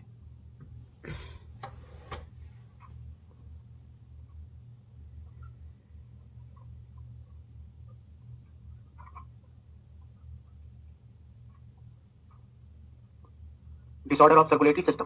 अब सुनो, इसमें इन्होंने सबसे पहले बात करी है बीपी की, ब्लड प्रेशर की। तो अभी हम नॉर्मल ब्लड प्रेशर की बात कर रहे हैं जो कि डिसऑर्डर नहीं है। ब्लड प्रेशर जो है वो मेजर्ड बाई, इसको मेजर किया जाता है सिग्मो मैनोमीटर, सिग्मोमैनोमीटर, ठीक है, इससे मेजर किया जाता है। सबसे पहले से स्टीफन हेल्स ने मेजर किया था हॉर्स की नेक में, ठीक। फिलहाल वो नहीं पूछेगा, इतना याद रखिए किससे मेजर करते हैं। हम नॉर्मल बीपी की बात करें, ये हम नॉर्मल ब्लड प्रेशर की बात कर रहे हैं जो कि होता है 120/80। अभी 120 और 80 क्या है भैया? ब्लड वेसल्स में। अब आप खुद बताओ, ध्यान से सुनो। जैसे ये हार्ट था, यहां से जब ये ब्लड पंप होता है, जब ब्लड पंप होता है, तो अगर अभी आर्टीरियल सिस्टम की बात करें तो यहां पर जाता है पंप होके। इसलिए आपने पढ़ा था कि ये जो लेफ्ट वेंट्रिकल इसका जो वॉल है ये भी थिकेस्ट होता है, क्योंकि ये जो ब्लड पंप करता है पूरी बॉडी में जाता है प्रेशर के साथ। तो यहां पर बोलो अभी प्रेशर ज्यादा होगा कम होगा? पंपिंग के समय ज्यादा होगा प्रेशर। तो पंपिंग का जो प्रेशर होता है कॉन्ट्रैक्शन के दौरान होता है वेंट्रिकल के, तो वेंट्रिकल के कॉन्ट्रैक्शन को सिस्टोल बोलते हो, डायस्टोल, सिस्टोल। तो सिस्टोल के समय, कॉन्ट्रैक्शन के समय, पंपिंग के समय प्रेशर ज्यादा कि कम? ज्यादा। बात समझ गए ना? और जब ये रिलैक्स हो जाएगा तो उस समय ब्लड वेसल्स में प्रेशर हो जाएगा कम। बात समझ गए? जैसे आप एक पाइप में पानी जा रहा है ना, या पाइप को ऐसे यहाँ पर एक बार क्या करिए, पाइप को दबाइए और फिर यहाँ हल्के हाथ पकड़ लीजिए, तब आप पानी का प्रेशर देखिए, फिर छोड़ दीजिए, तब पानी का प्रेशर देखिए। जब आप दबाएंगे तो ज्यादा प्रेशर के साथ जाएगा, जब छोड़ेंगे तो कम प्रेशर हो जाएगा। जब आप दबा रहे हैं कॉन्ट्रैक्शन के टाइम का जो प्रेशर है वो सिस्टोलिक प्रेशर कहलाता है। सीधी सी बात है, कॉन्ट्रैक्शन हो रहा है ज्यादा होगा। जब आप छोड़ेंगे डायस्टोल हो जाएगा, रिलैक्स हो जाएगा, तो रिलैक्स के समय का प्रेशर जो है वो कम होगा। तो बताओ इसको देख के कौन सा सिस्टोलिक प्रेशर होगा, कौन सा डायस्टोलिक प्रेशर? ये जो है वो सिस्टोलिक प्रेशर कहलाएगा और ये जो है वो डायस्टोलिक प्रेशर कहलाएगा।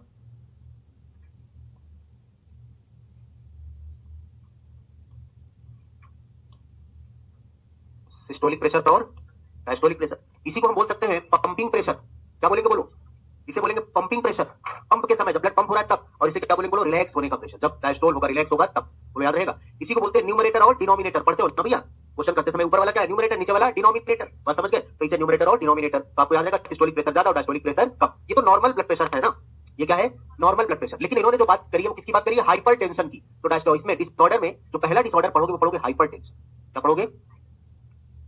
जैसे कभी कोई गुस्सा हो जाए कहते हो ना हाइपर का हो रहे हो, बोलते हो ना हाइपर का मतलब ज्यादा कि कम? ज्यादा। तो अगर ये प्रेशर 120 से बढ़कर कितना हो जाए? 140/80 से बढ़ के 90 हो जाए, ठीक, तो इसे क्या बोलेंगे? हाइपरटेंशन। समझ गए? तो कोई ऐसा नहीं किसी वजह से, जैसे आपका प्रेशर अचानक से बढ़ा, कुत्ता सामने आ गया, तो आप ऐसा नहीं कहा हाइपरटेंसी, क्या हाइपरटेंशन के मरीज? ऐसा नहीं है। कंटिन्यूअसली लगातार अगर प्रेशर ऐसा बढ़ा रहता है तो उसे क्या बोलते हो कि हाइपरटेंशन के पेशेंट है। बोलो पास सही है ना? और अगर ये लगातार ऐसा हार्ट ये ब्लड प्रेशर बढ़ा रहा तो कह रहे हाइपरटेंशन, हाइपरटेंशन जो है वो अफेक्ट करता है, affect vital organs like brain and kidney, brain, kidney और हार्ट। बात समझ गए ना? हार्ट। भैया आपने पढ़ा अगर ब्लड प्रेशर बहुत ज्यादा बढ़ जाए तो ब्रेन हेमरेज हो सकता है। ब्लड फ्लो ज्यादा बढ़ जाए हार्ट को, तभी हम लोग पढ़ने वाले हैं वो हार्ट अटैक, हार्ट फेलियर और कार्डियक अरेस्ट क्या होता है? किडनी में ज्यादा फ्लो बढ़ जाए किडनी फेल कर सकती है। बात समझ गए ना? तो बहुत सारे हमारे वाइटल ऑर्गन्स जो है वो अफेक्ट हो सकते हैं। तो ये नॉर्मल ब्लड प्रेशर है, ये बीमारी नहीं है। बीमारी डिसऑर्डर ये है हाइपरटेंशन। तो हाइपरटेंशन कब बोलेंगे ये पता होना चाहिए। सिस्टोलिक प्रेशर क्या है, डायस्टोलिक प्रेशर क्या है? सिस्टोलिक मतलब कॉन्ट्रैक्शन के समय का प्रेशर, डायस्टोलिक मतलब रिलैक्सेशन के समय का प्रेशर। बात समझ गए? इतनी सी कहानी है। पहला डिसऑर्डर हाइपरटेंशन। दूसरा है coronary artery disease, coronary artery disease. देखो इसमें लिखा होगा एक एथेरोस्क्लेरोसिस, लिखा है। क्या लिखा है? अब सुनो, एथेरोस्क्लेरोसिस क्या होता है? एक और होता है आर्टीरियोस्क्लेरोसिस। एथेरोस्क्लेरोसिस एक और होता है, क्या बोला? आर्टीरियोस्क्लेरोसिस। तो सुनो इसमें क्या होगा भैया, ये जो ब्लड वेसल्स है ना, ब्लड वेसल्स है, मान लो ये इतना ल्यूमेन है, लेकिन यहां पर फैट का डिपोजिशन होने लग जाए। क्या होने लग जाए? फैट का डिपोजिशन होने लग जाए, कोलेस्ट्रॉल का डिपोजिशन होने लग जाए, फाइब्रस टिश्यू का डिपोजिशन होने लग जाए, कैल्शियम का डिपोजिशन होने लग जाए, तो ब्लड वेसल्स का जो ल्यूमेन है वो कम हो जाए। ल्यूमेन क्या है? तो जितना ब्लड फ्लो हार्ट को हो रहा था क्या उतना ब्लड फ्लो होगा? क्या नहीं होगा। तो कौन सी आर्टरी में डिजीज हो रहा है? Coronary artery. अभी आपने लिखा था कोरोनरी आर्टरी वो आर्टरी है जो हार्ट को ब्लड लेके जाती है। इन्होंने यहाँ पर लिखा है the blood vessels affected with supply the blood to the heart. वो ब्लड वेसल्स अफेक्ट होती है जो हार्ट को ब्लड सप्लाई करती है। मतलब ये कैल्शियम, कोलेस्ट्रॉल, फाइब्रस टिश्यू, इनके डिपोजिशन की वजह से ब्लड वेसल्स नैरो हो जाएगी, जिससे ब्लड सप्लाई कम हो जाएगी। तो डिसऑर्डर का नाम क्या है? कोरोनरी। नाम ही कोरोनरी आर्टरी डिसऑर्डर। मतलब कोरोनरी आर्टरी में क्या हो जाएगा? डिजीज हो जाएगा, डिसऑर्डर हो जाएगा। तो यहाँ पर क्या बोलोगे? यहाँ पर क्या, चाहे हम ऐसे लिखें the blood vessels affected with supply blood to the heart, या हम डायरेक्ट लिखते कोरोनरी आर्टरी अफेक्टेड। अब ये कौन सी ब्लड वेसल सप्लाई करती है आपको पता चल गया है ना? Coronary artery affected. क्या होगा इसमें? ब्लड वेसल्स जो है वो क्या हो जाएंगी बोलो? नैरो। ब्लड वेसल्स का जो ल्यूमेन है, ल्यूमेन जो है वो क्या हो जाएगा बोलो? नैरो, मतलब पतला हो जाएगा। Due to deposition of calcium, fat and fibrous tissue, fibrous tissue. और समझ गए यहां पर क्या बोला है, ब्लड ये ल्यूमेन क्या होगा बोलो, नैरो होगा। इस पर क्वेश्चन आता है, ये नैरो होगा। एक होता है आर्टीरियोस्क्लेरोसिस, क्या होता है, उसमें कैल्शियम और कोलेस्ट्रॉल के डिपोजिशन की वजह से ब्लड वेसल्स हार्ड हो जाती है, क्या हो जाती है, उनकी जो इलास्टिसिटी है वो खत्म हो जाती है। तो वो भी यही, अगर इसी डिसऑर्डर में कह रहा एक और होता है आर्टीरियोस्क्लेरोसिस, उन्होंने इसके बारे में लिखा है एनसीईआरटी में, ठीक है, तो याद कर लो आर्टीरियोस्क्लेरोसिस। यहां पर blood vessels become hard due to deposition of calcium and cholesterol. तो एनसीईआरटी में एक लिखा है एथेरोस्क्लेरोसिस, उसी के बगल जो लोग एनसीईआरटी पढ़ रहे हो इसको लिख देना, बात समझ गए। आर्टी ये भी वही है, कोरोनरी आर्टरी, अगर वो हार्ड हो गए कैल्शियम और कोलेस्ट्रॉल की वजह से तो क्या बोलोगे, आर्टीरियोस्क्लेरोसिस। और अगर वो ल्यूमेन हो गई, ये नैरो हो गई, इस पर क्वेश्चन आता है, इसलिए हमने ब्रैकेट में कर दिया नैरो होता है, तो क्या बोलोगे, एथेरोस्क्लेरोसिस। बोलो याद रहेगा। तो दोनों ही कोरोनरी आर्टरी में हो रहा है, इसलिए नाम दिया कोरोनरी आर्टरी डिसऑर्डर या कोरोनरी आर्टरी डिजीज। बोलो याद रहेगा। इसी को सीएडी के नाम से बोलते हैं, कोरोनरी आर्टरी डिजीज या डिसऑर्डर, ठीक है। अब इसके बाद आता है एंजाइना, क्या आता है, और जरा सुन लो पहले, एंजाइना क्या होता है, या इसी को बोलते हैं एंजाइना पेक्टोरिस, क्या बोलते हैं, एंजाइना पेक्टोरिस। इसमें होगा acute chest pain, acute chest pain due to insufficient supply of oxygen to the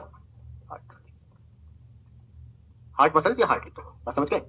अगर एंजाइना या एंजाइना पेक्टोरिस, कई बार आप ऐसी जगह पर चले जाए जहां पर ऑक्सीजन का प्रेशर कम हो, जहां पर आप ऑक्सीजन सही से ना ले पाए, ठीक है, वहां पर ऐसा लगता है सीना बहुत भारी भारी से लग रहा है, सांस लेने में दिक्कत हो रही है, दर्द हो रहा है, बात समझ गए ना। तो ये क्या है बोलो, एंजाइना, जैसे क्या बोलते हैं एंजाइना पेक्टोरिस। जब ऑक्सीजन की इनसफिशियंट सप्लाई हो जाए ब्लड को, तो पानी लाए, ब्रश कराए, तो जगते रहोगे। बहुत लोग सो रहे हैं यहां से लेकर वहां तक, और सामने बैठे हो, पिलर के आगे बैठे हो तो देख भी ना पाते हम, बाकायदे एकदम मुद्रा में है, ऐसे करके आराम से जगते रहो भैया, कहो ब्रश करवा दे, सुबह ब्रश, एक्यूट चेस्ट पेन होगा, क्लियर। चलो तो ज्यादा हाँ, आर्टीरियोस्क्लेरोसिस, यहां पर blood vessels become hard due to deposition of calcium and cholesterol. तो एनसीईआरटी में एक लिखा है एथेरोस्क्लेरोसिस, उसी के बगल जो लोग एनसीईआरटी पढ़ रहे हो इसको लिख देना, बात समझ गए। आर्टी ये भी वही है, कोरोनरी आर्टरी, अगर वो हार्ड हो गए कैल्शियम और कोलेस्ट्रॉल की वजह से तो क्या बोलोगे, आर्टीरियोस्क्लेरोसिस। और अगर वो ल्यूमेन हो गई, ये नैरो हो गई, तो क्वेश्चन आता है, इसलिए हमने ब्रैकेट में कर दिया नैरो होता है, तो क्या बोलोगे, एथेरोस्क्लेरोसिस। बोलो याद रहेगा। तो दोनों ही कोरोनरी आर्टरी में हो रहा है, इसलिए नाम दिया कोरोनरी आर्टरी डिसऑर्डर या कोरोनरी आर्टरी डिजीज। बोलो याद रहेगा। इसी को सीएडी के नाम से बोलते हैं, कोरोनरी आर्टरी डिजीज या डिसऑर्डर, ठीक है। अब इसके बाद आता है एंजाइना, क्या आता है, और जरा सुन लो पहले, एंजाइना क्या होता है, या इसी को बोलते हैं एंजाइना पेक्टोरिस, क्या बोलते हैं, और हार्ट, बात समझ गए ना। भैया आपने पढ़ा अगर ब्लड प्रेशर बहुत ज्यादा बढ़ जाए तो ब्रेन हेमरेज हो सकता है, ब्लड फ्लो ज्यादा बढ़ जाए हार्ट को, तो भी हम लोग पढ़ने वाले हैं वो heart attack, heart failure, cardiac arrest क्या होता है, किडनी में ज्यादा फ्लो बढ़ जाए किडनी फेल कर सकती है, बात समझ गए ना। तो बहुत सारे हमारे वाइटल ऑर्गन्स जो है वो अफेक्ट हो सकते हैं। तो ये नॉर्मल ब्लड प्रेशर है, ये बीमारी नहीं है, बीमारी डिसऑर्डर ये है हाइपर टेंशन। तो हाइपर टेंशन कब बोलेंगे, ये पता होना चाहिए। सिस्टोलिक प्रेशर क्या है, डायस्टोलिक प्रेशर क्या है, सिस्टोलिक मतलब कॉन्ट्रैक्शन के समय का प्रेशर, डायस्टोलिक मतलब रिलैक्सेशन के समय का प्रेशर, बात समझ गए। इतनी सी कहानी है। पहला डिसऑर्डर हाइपर टेंशन, दूसरा है कोरोनरी सिस्टम। अब सुनो, इसमें इन्होंने सबसे पहले बात करी है बीपी की, ब्लड प्रेशर की। तो अभी हम नॉर्मल ब्लड प्रेशर की बात कर रहे हैं जो कि डिसऑर्डर नहीं है। ब्लड प्रेशर जो है वो मेजर्ड बाई, इसको मेजर किया जाता है सिग्मो मैनोमीटर, सिग्मो मैनोमीटर, ठीक है, इससे मेजर किया जाता है। सबसे पहले से स्टीफन हेल्स ने मेजर किया था हॉर्स की नेक में, ठीक, फिलहाल वो नहीं पूछेगा, जितना याद रखिए किससे मेजर करते हैं। हम नॉर्मल बीपी की बात करें, ये हम नॉर्मल ब्लड प्रेशर की बात कर रहे हैं जो कि होता है 120/80। अब ये 120 और 80 क्या है भैया, ब्लड वेसल्स में। अब आप खुद बताओ, ध्यान से सुनो, जैसे ये हार्ट था, यहां से जब ये ब्लड पंप होता है, तो ब्लड पंप होता है, तो अगर हम आर्टीरियल सिस्टम की बात करें तो यहां पर जाता है पंप होके। इसलिए आपने पढ़ा था कि ये जो लेफ्ट वेंट्रिकल इसका जो वॉल है ये भी थिकेस्ट होता है, क्योंकि ये जो ब्लड पंप करता है पूरी बॉडी में जाता है प्रेशर के साथ। तो यहां पर बोलो अभी प्रेशर ज्यादा होगा कम होगा, पंपिंग के समय ज्यादा होगा प्रेशर। तो पंपिंग का जो प्रेशर होता है कॉन्ट्रैक्शन के दौरान होता है वेंट्रिकल के, तो वेंट्रिकल के कॉन्ट्रैक्शन को सिस्टोल बोलते हैं, डायस्टोल, सिस्टोल। तो सिस्टोल के समय, कॉन्ट्रैक्शन के समय, पंपिंग के समय प्रेशर ज्यादा की कम, ज्यादा, बात समझ गए ना। और जब ये रिलैक्स हो जाएगा तो उस समय ब्लड वेसल्स में प्रेशर हो जाएगा कम, बात समझ गए। जैसे आप एक पाइप में पानी जा रहा है, ना, या पाइप को ऐसे यहाँ पर एक बार क्या करिए, पाइप को दबाइए और फिर यहाँ हल्के हाथ पकड़ेंगे तब आप पानी का प्रेशर देखिए, फिर छोड़ दीजिए तब पानी का प्रेशर देखिए। जब आप दबाएंगे तो ज्यादा प्रेशर के साथ जाएगा, जब छोड़ेंगे तो कम प्रेशर हो जाएगा। जब आप दबा रहे हैं कॉन्ट्रैक्शन के टाइम का जो प्रेशर है वो सिस्टोलिक प्रेशर कहलाता है। सीधी सी बात, जो कॉन्ट्रैक्शन हो रहा है ज्यादा होगा। जब आप छोड़ेंगे डायस्टोल हो जाएगा, रिलैक्स हो जाएगा, तो रिलैक्स के समय का प्रेशर जो है वो कम होगा। तो बताओ इसको देख के कौन सा सिस्टोलिक प्रेशर होगा, कौन सा डायस्टोलिक प्रेशर? ये जो है वो सिस्टोलिक प्रेशर कहलाएगा और ये जो है वो डायस्टोलिक प्रेशर कहलाएगा।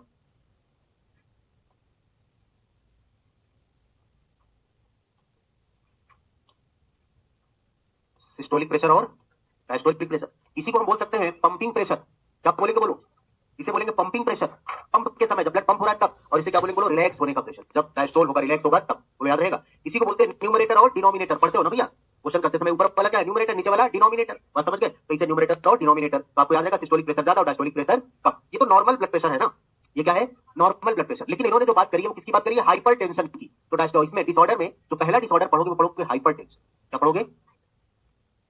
जैसे कभी कोई गुस्सा हो जाए कहते हो ना हाइपर का हो रहे हो, बोलते हो ना हाइपर का मतलब ज्यादा की कम? ज्यादा। तो अगर ये प्रेशर 120 से बढ़कर कितना हो जाए? 140/80 से बढ़ के 90 हो जाए, ठीक है, तो इसे क्या बोलेंगे? Hyper tension. समझ गए? तो कोई ऐसा नहीं किसी वजह से, जैसे आपका प्रेशर अचानक से बढ़ा तो कुत्ता सामने आ गया, तो आप ऐसा नहीं कहा हाइपरटेंसी क्या, हाइपरटेंशन के मरीज, ऐसा नहीं है। कंटिन्यूअसली लगातार अगर प्रेशर ऐसा बढ़ा रहता है तो उसे क्या बोलते हो कि हाइपरटेंशन के पेशेंट है। बोलो बात सही है ना? और अगर ये लगातार ऐसा हार्ट ये ब्लड प्रेशर बढ़ा रहा तो कह रहे हाइपरटेंशन, हाइपरटेंशन जो है वो अफेक्ट करता है, affect vital organs like brain and kidney, brain, kidney और हार्ट। बात समझ गए ना? भैया आपने पढ़ा अगर ब्लड प्रेशर बहुत ज्यादा बढ़ जाए तो ब्रेन हेमरेज हो सकता है, ब्लड फ्लो ज्यादा बढ़ जाए हार्ट को, तो हम लोग पढ़ने वाले हैं वो heart attack, heart failure, cardiac arrest क्या होता है, किडनी में ज्यादा फ्लो बढ़ जाए किडनी फेल कर सकती है। बात समझ गए ना? तो बहुत सारे हमारे वाइटल ऑर्गन्स जो है वो अफेक्ट हो सकते हैं। तो ये नॉर्मल ब्लड प्रेशर है, ये बीमारी नहीं है। बीमारी डिसऑर्डर ये है हाइपर टेंशन। तो हाइपर टेंशन कब बोलेंगे ये पता होना चाहिए। सिस्टोलिक प्रेशर क्या है, डायस्टोलिक प्रेशर क्या है? सिस्टोलिक मतलब कॉन्ट्रैक्शन के समय का प्रेशर, डायस्टोलिक मतलब रिलैक्सेशन के समय का प्रेशर। बात समझ गए? इतनी सी कहानी है। पहला डिसऑर्डर हाइपर टेंशन। दूसरा है coronary artery disease, coronary artery disease. देखो इसमें लिखा होगा एक एथेरोस्क्लेरोसिस, लिखा है। क्या लिखा है? अब सुनो, एथेरोस्क्लेरोसिस क्या होता है? एक और होता है, एक और होता है आर्टीरियोस्क्लेरोसिस। एथेरोस्क्लेरोसिस एक और होता है, क्या बोला? आर्टीरियोस्क्लेरोसिस। तो सुनो इसमें क्या होगा भैया, ये जो ब्लड वेसल्स है ना, ब्लड वेसल्स है, मान लो इतना ल्यूमेन है, लेकिन यहां पर फैट का डिपोजिशन होने लग जाए। क्या होने लग जाए? फैट का डिपोजिशन होने लग जाए, कोलेस्ट्रॉल का डिपोजिशन होने लग जाए, फाइब्रस टिश्यू का डिपोजिशन होने लग जाए, कैल्शियम का डिपोजिशन होने लग जाए, तो ब्लड वेसल्स का जो ल्यूमेन है वो कम हो जाए। ल्यूमेन क्या है? तो जितना ब्लड फ्लो हार्ट को हो रहा था क्या उतना ब्लड फ्लो होगा क्या? नहीं होगा। तो कौन सी आर्टरी में डिजीज हो रहा है? Coronary artery. अभी आपने लिखा था कोरोनरी आर्टरी वो आर्टरी है जो हार्ट को ब्लड लेके जाती है। इन्होंने यहाँ पर लिखा है the blood vessels affected which supply the blood to the heart. वो ब्लड वेसल्स अफेक्ट होती है जो हार्ट को ब्लड सप्लाई करती है। मतलब ये कैल्शियम, कोलेस्ट्रॉल, फाइब्रस टिश्यू, इनके डिपोजिशन की वजह से ब्लड वेसल्स नैरो हो जाएगी, जिससे ब्लड सप्लाई कम हो जाएगी। तो डिसऑर्डर का नाम क्या है? कोरोनरी नाम है, कोरोनरी आर्टरी डिसऑर्डर। मतलब कोरोनरी आर्टरी में क्या हो जाएगा? डिजीज हो जाएगा, डिसऑर्डर हो जाएगा। तो यहाँ पर क्या बोलोगे? यहाँ पर क्या, चाहे हम ऐसे लिखे the blood vessels affected with supply blood to the heart, या हम डायरेक्ट लिखते कोरोनरी आर्टरी अफेक्टेड। अब ये कौन सी ब्लड वेसल सप्लाई करती है आपको पता चल गया है ना? Coronary artery affected. क्या होगा इसमें? ब्लड वेसल्स जो है वो क्या हो जाएंगी बोलो? नैरो। ब्लड वेसल्स का जो ल्यूमेन है, ल्यूमेन जो है वो क्या हो जाएगा बोलो? नैरो, मतलब पतला हो जाएगा। Due to deposition of calcium, fat, tissue. बस समझिए यहां पर क्या बोला है? ब्लड ये ल्यूमेन क्या होगा बोलो? नैरो होगा। इस पर क्वेश्चन आता है, ये नैरो होगा। एक होता है आर्टीरियोस्क्लेरोसिस। क्या होता है? उसमें कैल्शियम और कोलेस्ट्रॉल के डिपोजिशन की वजह से ब्लड वेसल्स हार्ड हो जाती है। क्या हो जाती है? उनकी जो इलास्टिसिटी है वो खत्म हो जाती है। तो भी यही, अगर इसी डिसऑर्डर में मेरा एक और होता है आर्टीरियो, उन्होंने इसके बारे में लिखा है एनसीईआरटी में, ठीक है, तो याद कर लो आर्टीरियोस्क्लेरोसिस। यहां पर blood vessels become hard due to deposition of calcium and cholesterol. तो एनसीईआरटी में एक लिखा है एथेरोस्क्लेरोसिस, उसी के बगल जो लोग एनसीईआरटी पढ़ रहे हो इसको लिख देना। बात समझ गए? आर्टी ये भी वही है, कोरोनरी आर्टरी। अगर वो हार्ड हो गए कैल्शियम और कोलेस्ट्रॉल की वजह से तो क्या बोलोगे? आर्टीरियोस्क्लेरोसिस। और अगर वो ल्यूमेन हो गई, ये नैरो हो गई, इस पर क्वेश्चन आता है, इसलिए हमने ब्रैकेट में कर दिया नैरो होता है, तो क्या बोलोगे? एथेरोस्क्लेरोसिस। बोलो याद रहेगा। तो दोनों ही कोरोनरी आर्टरी में हो रहा है, इसलिए नाम दिया कोरोनरी आर्टरी डिसऑर्डर या कोरोनरी आर्टरी डिजीज। बोलो याद रहेगा। इसी को सीएडी के नाम से बोलते हैं, कोरोनरी आर्टरी डिजीज या डिसऑर्डर, ठीक है। अब इसके बाद आता है एंजाइना। क्या आता है? और जरा सुन लो पहले, एंजाइना क्या होता है? या इसी को बोलते हैं एंजाइना पेक्टोरिस। क्या बोलते हैं? Angina pectoris. कह इसमें होगा acute chest pain, acute chest pain due to insufficient supply of oxygen to the heart muscles या हार्ट लिख दो, बस समझ गए। अगर एंजाइना या एंजाइना पेक्टोरिस, कई बार आप ऐसी जगह पर चले जाए जहां पर ऑक्सीजन का प्रेशर कम हो, जहां पर आप ऑक्सीजन सही से ना ले पाए, ठीक है, वहां पर ऐसा लगता है सीना बहुत भारी भारी से लग रहा है, सांस लेने में दिक्कत हो रही है, दर्द हो रहा है, बस समझ गए ना। तो ये क्या है बोलो, एंजाइना। जैसे क्या बोलते हैं, एंजाइना पेक्टोरिस। जब ऑक्सीजन की इनसफिशिएंट सप्लाई हो जाए ब्लड को, तो पानी लाए, बस कराए, तो जगते रहोगे। बहुत लोग सो रहे हैं यहां से लेकर वहां तक, और सामने बैठे हो पिलर पे आओ ना, इतनी बातें क्लियर। तो क्या बोलोगे, insufficient supply of oxygen to the heart, तो क्या होगा, एंजाइना या angina pectoris, acute chest pain होगा। क्लियर, चलो तो ज्यादा अब हाँ हाइपोक्सिया ऑक्सीजन के लिए बोला, उसकी वजह से ये हो सकता है, बस समझ गए। इतनी कंडीशन। अब आओ दूसरा आता है इसके बाद, तीन है हार्ट फेल्योर, हार्ट अटैक और कार्डियक अरेस्ट। अब तीनों ध्यान से सुनना। हार्ट फेल्योर को कभी कभी कंजेसिव हार्ट फेल्योर बोलते हैं। क्या बोलते हैं, तीनों अलग अलग हैं, ध्यान से सुनना। पहले हम खाली, एक है हार्ट फेल्योर, एक है हार्ट अटैक, और एक है कार्डियक अरेस्ट। ये तीनों सेम नहीं है, अलग अलग हैं। अब ध्यान से सुनते जाना। कभी कभी इसे कंजेसिव हार्ट फेल्योर बोलते हैं। क्या बोलते हैं, ये प्रेजेंट कहां होता है बोलो, दोनों हार्ट प्रेजेंट कहां है, दोनों लंग्स के बीच, यहां पर प्रेजेंट है हार्ट। कभी कभी बेचारा लंग्स के बीच दब जाता है, कहता बहुत कंजस्टेड लग रहा है हमको, कंजस्टेड बोलते हो ना, दोनों तरफ से दब जाओ, तो कहते हो कंजस्टेड फील कर रहे हैं, ये दोनों तरफ से क्या करता है, दब जाता है, तो पूरी तरह से पंप नहीं कर पाता है। बोला याद रहेगा, जितना का हार्ट फेल्योर। अब ये देखो, कहीं कोई किसी काम में फेल हो गया, तुम 10th में फेल हो गए, 12th में फेल हो गए, नीट में एक साल फेल हो गए, तो जितना पढ़ना चाहिए था ज्यादा पढ़ लिया था कि कम पढ़ा था, जो काम जितना करना चाहिए उतना नहीं किया, मतलब उस काम में फेल हो गए।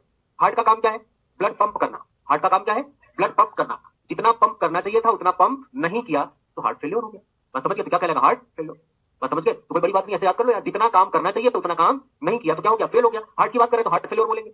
इनसफिशिएंट सप्लाई ऑफ ब्लड, बस समझ गए ना, पंपिंग ऑफ सप्लाई तो नहीं बोलोगे, यहां पर नहीं, मतलब ये पंप, जितना इसको पंप करना चाहिए उतना पंप नहीं कर रहा, तो क्या बोलोगे, हार्ट फेल्योर। कभी कभी ऐसा लंग्स के बीच में दब जाता है, जिसे क्या बोलते हैं, कंजेसिव हार्ट फेल्योर। करेक्ट, किसी भी एज में हो सकता है, लिखा है ना, लेकिन मोस्ट कॉमन है मिडिल एज और एल्डरली पर्सन। किसी भी एज में हो सकता है, लेकिन मोस्ट कॉमन कहां है, मिडिल एज और एल्डरली पर्सन में, बस समझ, ओल्ड एज में।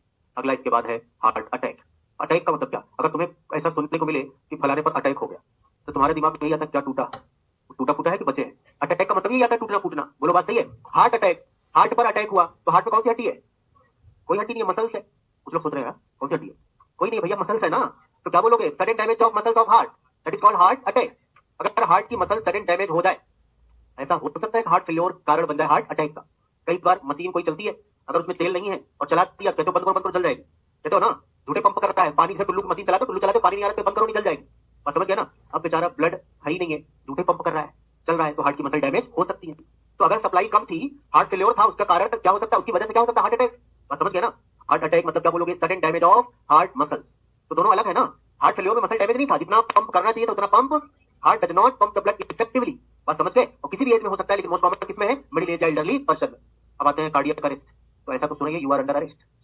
हाँ, तो यू आर अंडर अरेस्ट का मतलब, अरेस्ट करने का मतलब क्या, छोड़ देते जाओ, जो मर्जी वो करो, नहीं, जितनी एक्टिविटी थी सारी एक्टिविटी तुम्हारी अब बंद कर देंगे।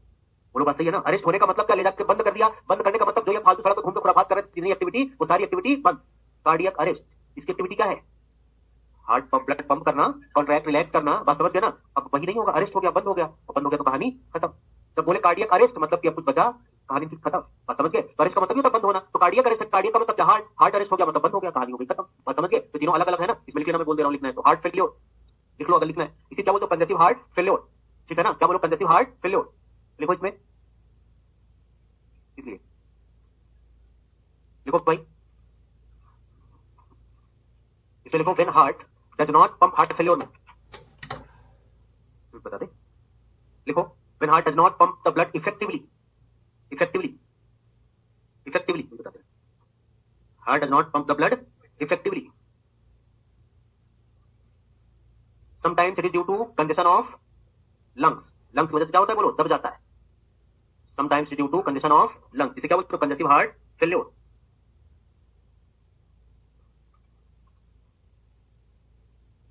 ठीक है, नेक्स्ट पॉइंट लिखो, नेक्स्ट पॉइंट लिखो, heart attack, heart attack, angina नहीं लिखा है क्या? अभी चलो लास्ट में लिख लेते हैं, हार्ट अटैक, इसमें लिखो sudden damage of, sudden damage of heart muscles, sudden damage of heart muscles, sudden damage of heart muscles, sudden damage of heart muscles. Next point लिखो, अब ये कार्डियक अरेस्ट, कार्डियक अरेस्ट सुनी दिया क्या? Cardiac arrest लिखो, heart stop beating, heart stop beating, beat करना भाई, beating नहीं बीटिंग, हार्ट स्टॉप बीटिंग ना, तो हार्ट बीट करना बंद कर दे तो उसे क्या बोलोगे? Heart cardiac arrest. Next point लिखो, एंजाइना, एंजाइना,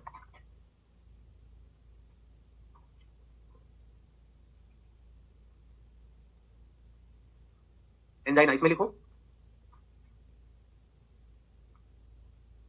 एंजाइना में लिखो acute chest pain due to insufficient supply of, due to insufficient supply of oxygen to the heart,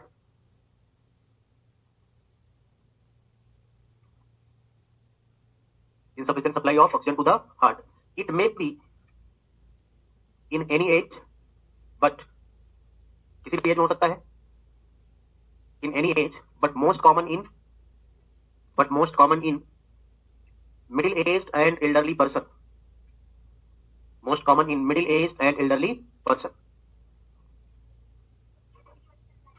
हाँ हो सकता है, एक दूसरे से रिलेटेड हैं, हो सकते हैं। जैसे अब सुनो, इसी जो हमने तुम्हें हार्ट अटैक बताया, इसी को बोलते हैं ना एमआई। अब इसी का मतलब क्या है? जैसे मायोकार्डियल इंफार्क्शन, ऐसे लिखता है myocardial infarction leading to heart attack, ऐसे लिखता है एमआई, लिख लो कहीं पर, ऐसे लिखता है एमआई मतलब myocardial infarction, INFARCTION, leading to heart attack लिखता है। मतलब कि किसी एक पार्ट का, हार्ट की मसल्स का कोई एक पार्ट अगर डैमेज हो रहा है तो, और इसका मतलब ना एमआई का मतलब अगर देखा जाए यही होता है, इनसफिशिएंट सप्लाई ऑफ ऑक्सीजन बोलते हैं जब, या ब्लड बोलते हैं, ब्लड की सप्लाई जब कम होने लग जाता है हार्ट को, इस कंडीशन का नाम क्या देते हैं? MI, myocardial infarction. इसकी वजह से किसी एक पर्टिकुलर पार्ट का क्या होगा? बोलो डैमेज होने लग जाएगा, तो क्या बोलेंगे? Myocardial infarction. अब कोई एक अगर डैमेज होगा तो धीरे धीरे क्या होगा? ये कारण बन सकता है किसका? हार्ट अटैक का। इसलिए बोलते हैं MI, myocardial infarction leading to heart attack. इसकी वजह से क्या हो सकता है? हार्ट अटैक हो सकता है। तो particular damage of blood vessels को, पर्टिकुलर पार्ट ऑफ हार्ट अगर डैमेज होने लग जाए क्या बोलोगे? एमआई, और इसकी वजह से क्या हो सकता है? Heart attack. और अगर एक एक लाइन तुमसे पूछे तो क्या बोलोगे? देखो दो अलग अलग point, insufficient supply of oxygen to the heart, angina, insufficient supply of blood to the heart, MI. क्या होगा बोलो? अगर ब्लड की सप्लाई ना हो तो एमआई, और इसकी वजह से क्या हो सकता है? हार्ट अटैक, क्योंकि सप्लाई सही नहीं हो रही है और फिर भी वो क्या कर रहा है? बोलो, ऐसा करिए पंप करिए तो उसकी मसल डैमेज होने लग जाएगी, और मसल डैमेज होगी तो क्या बोलोगे? Heart attack.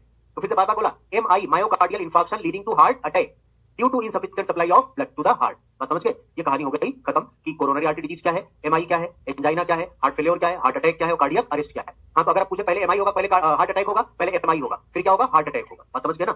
कोई doubt? Insufficient supply of blood to the heart मतलब कि MI, myocardial infarction leading to heart attack, मतलब हार्ट अटैक हो सकता है। क्लियर? इतनी सी कहानी है, कहानी खत्म। Body fluids and circulation. ठीक है, नेक्स्ट टॉपिक क्या है? Morphology, morphology. चलो नेक्स्ट हम स्टार्ट करेंगे मॉर्फोलॉजी ऑफ फ्लावरिंग प्लांट्स। ठीक है, अभी है ना टाइम?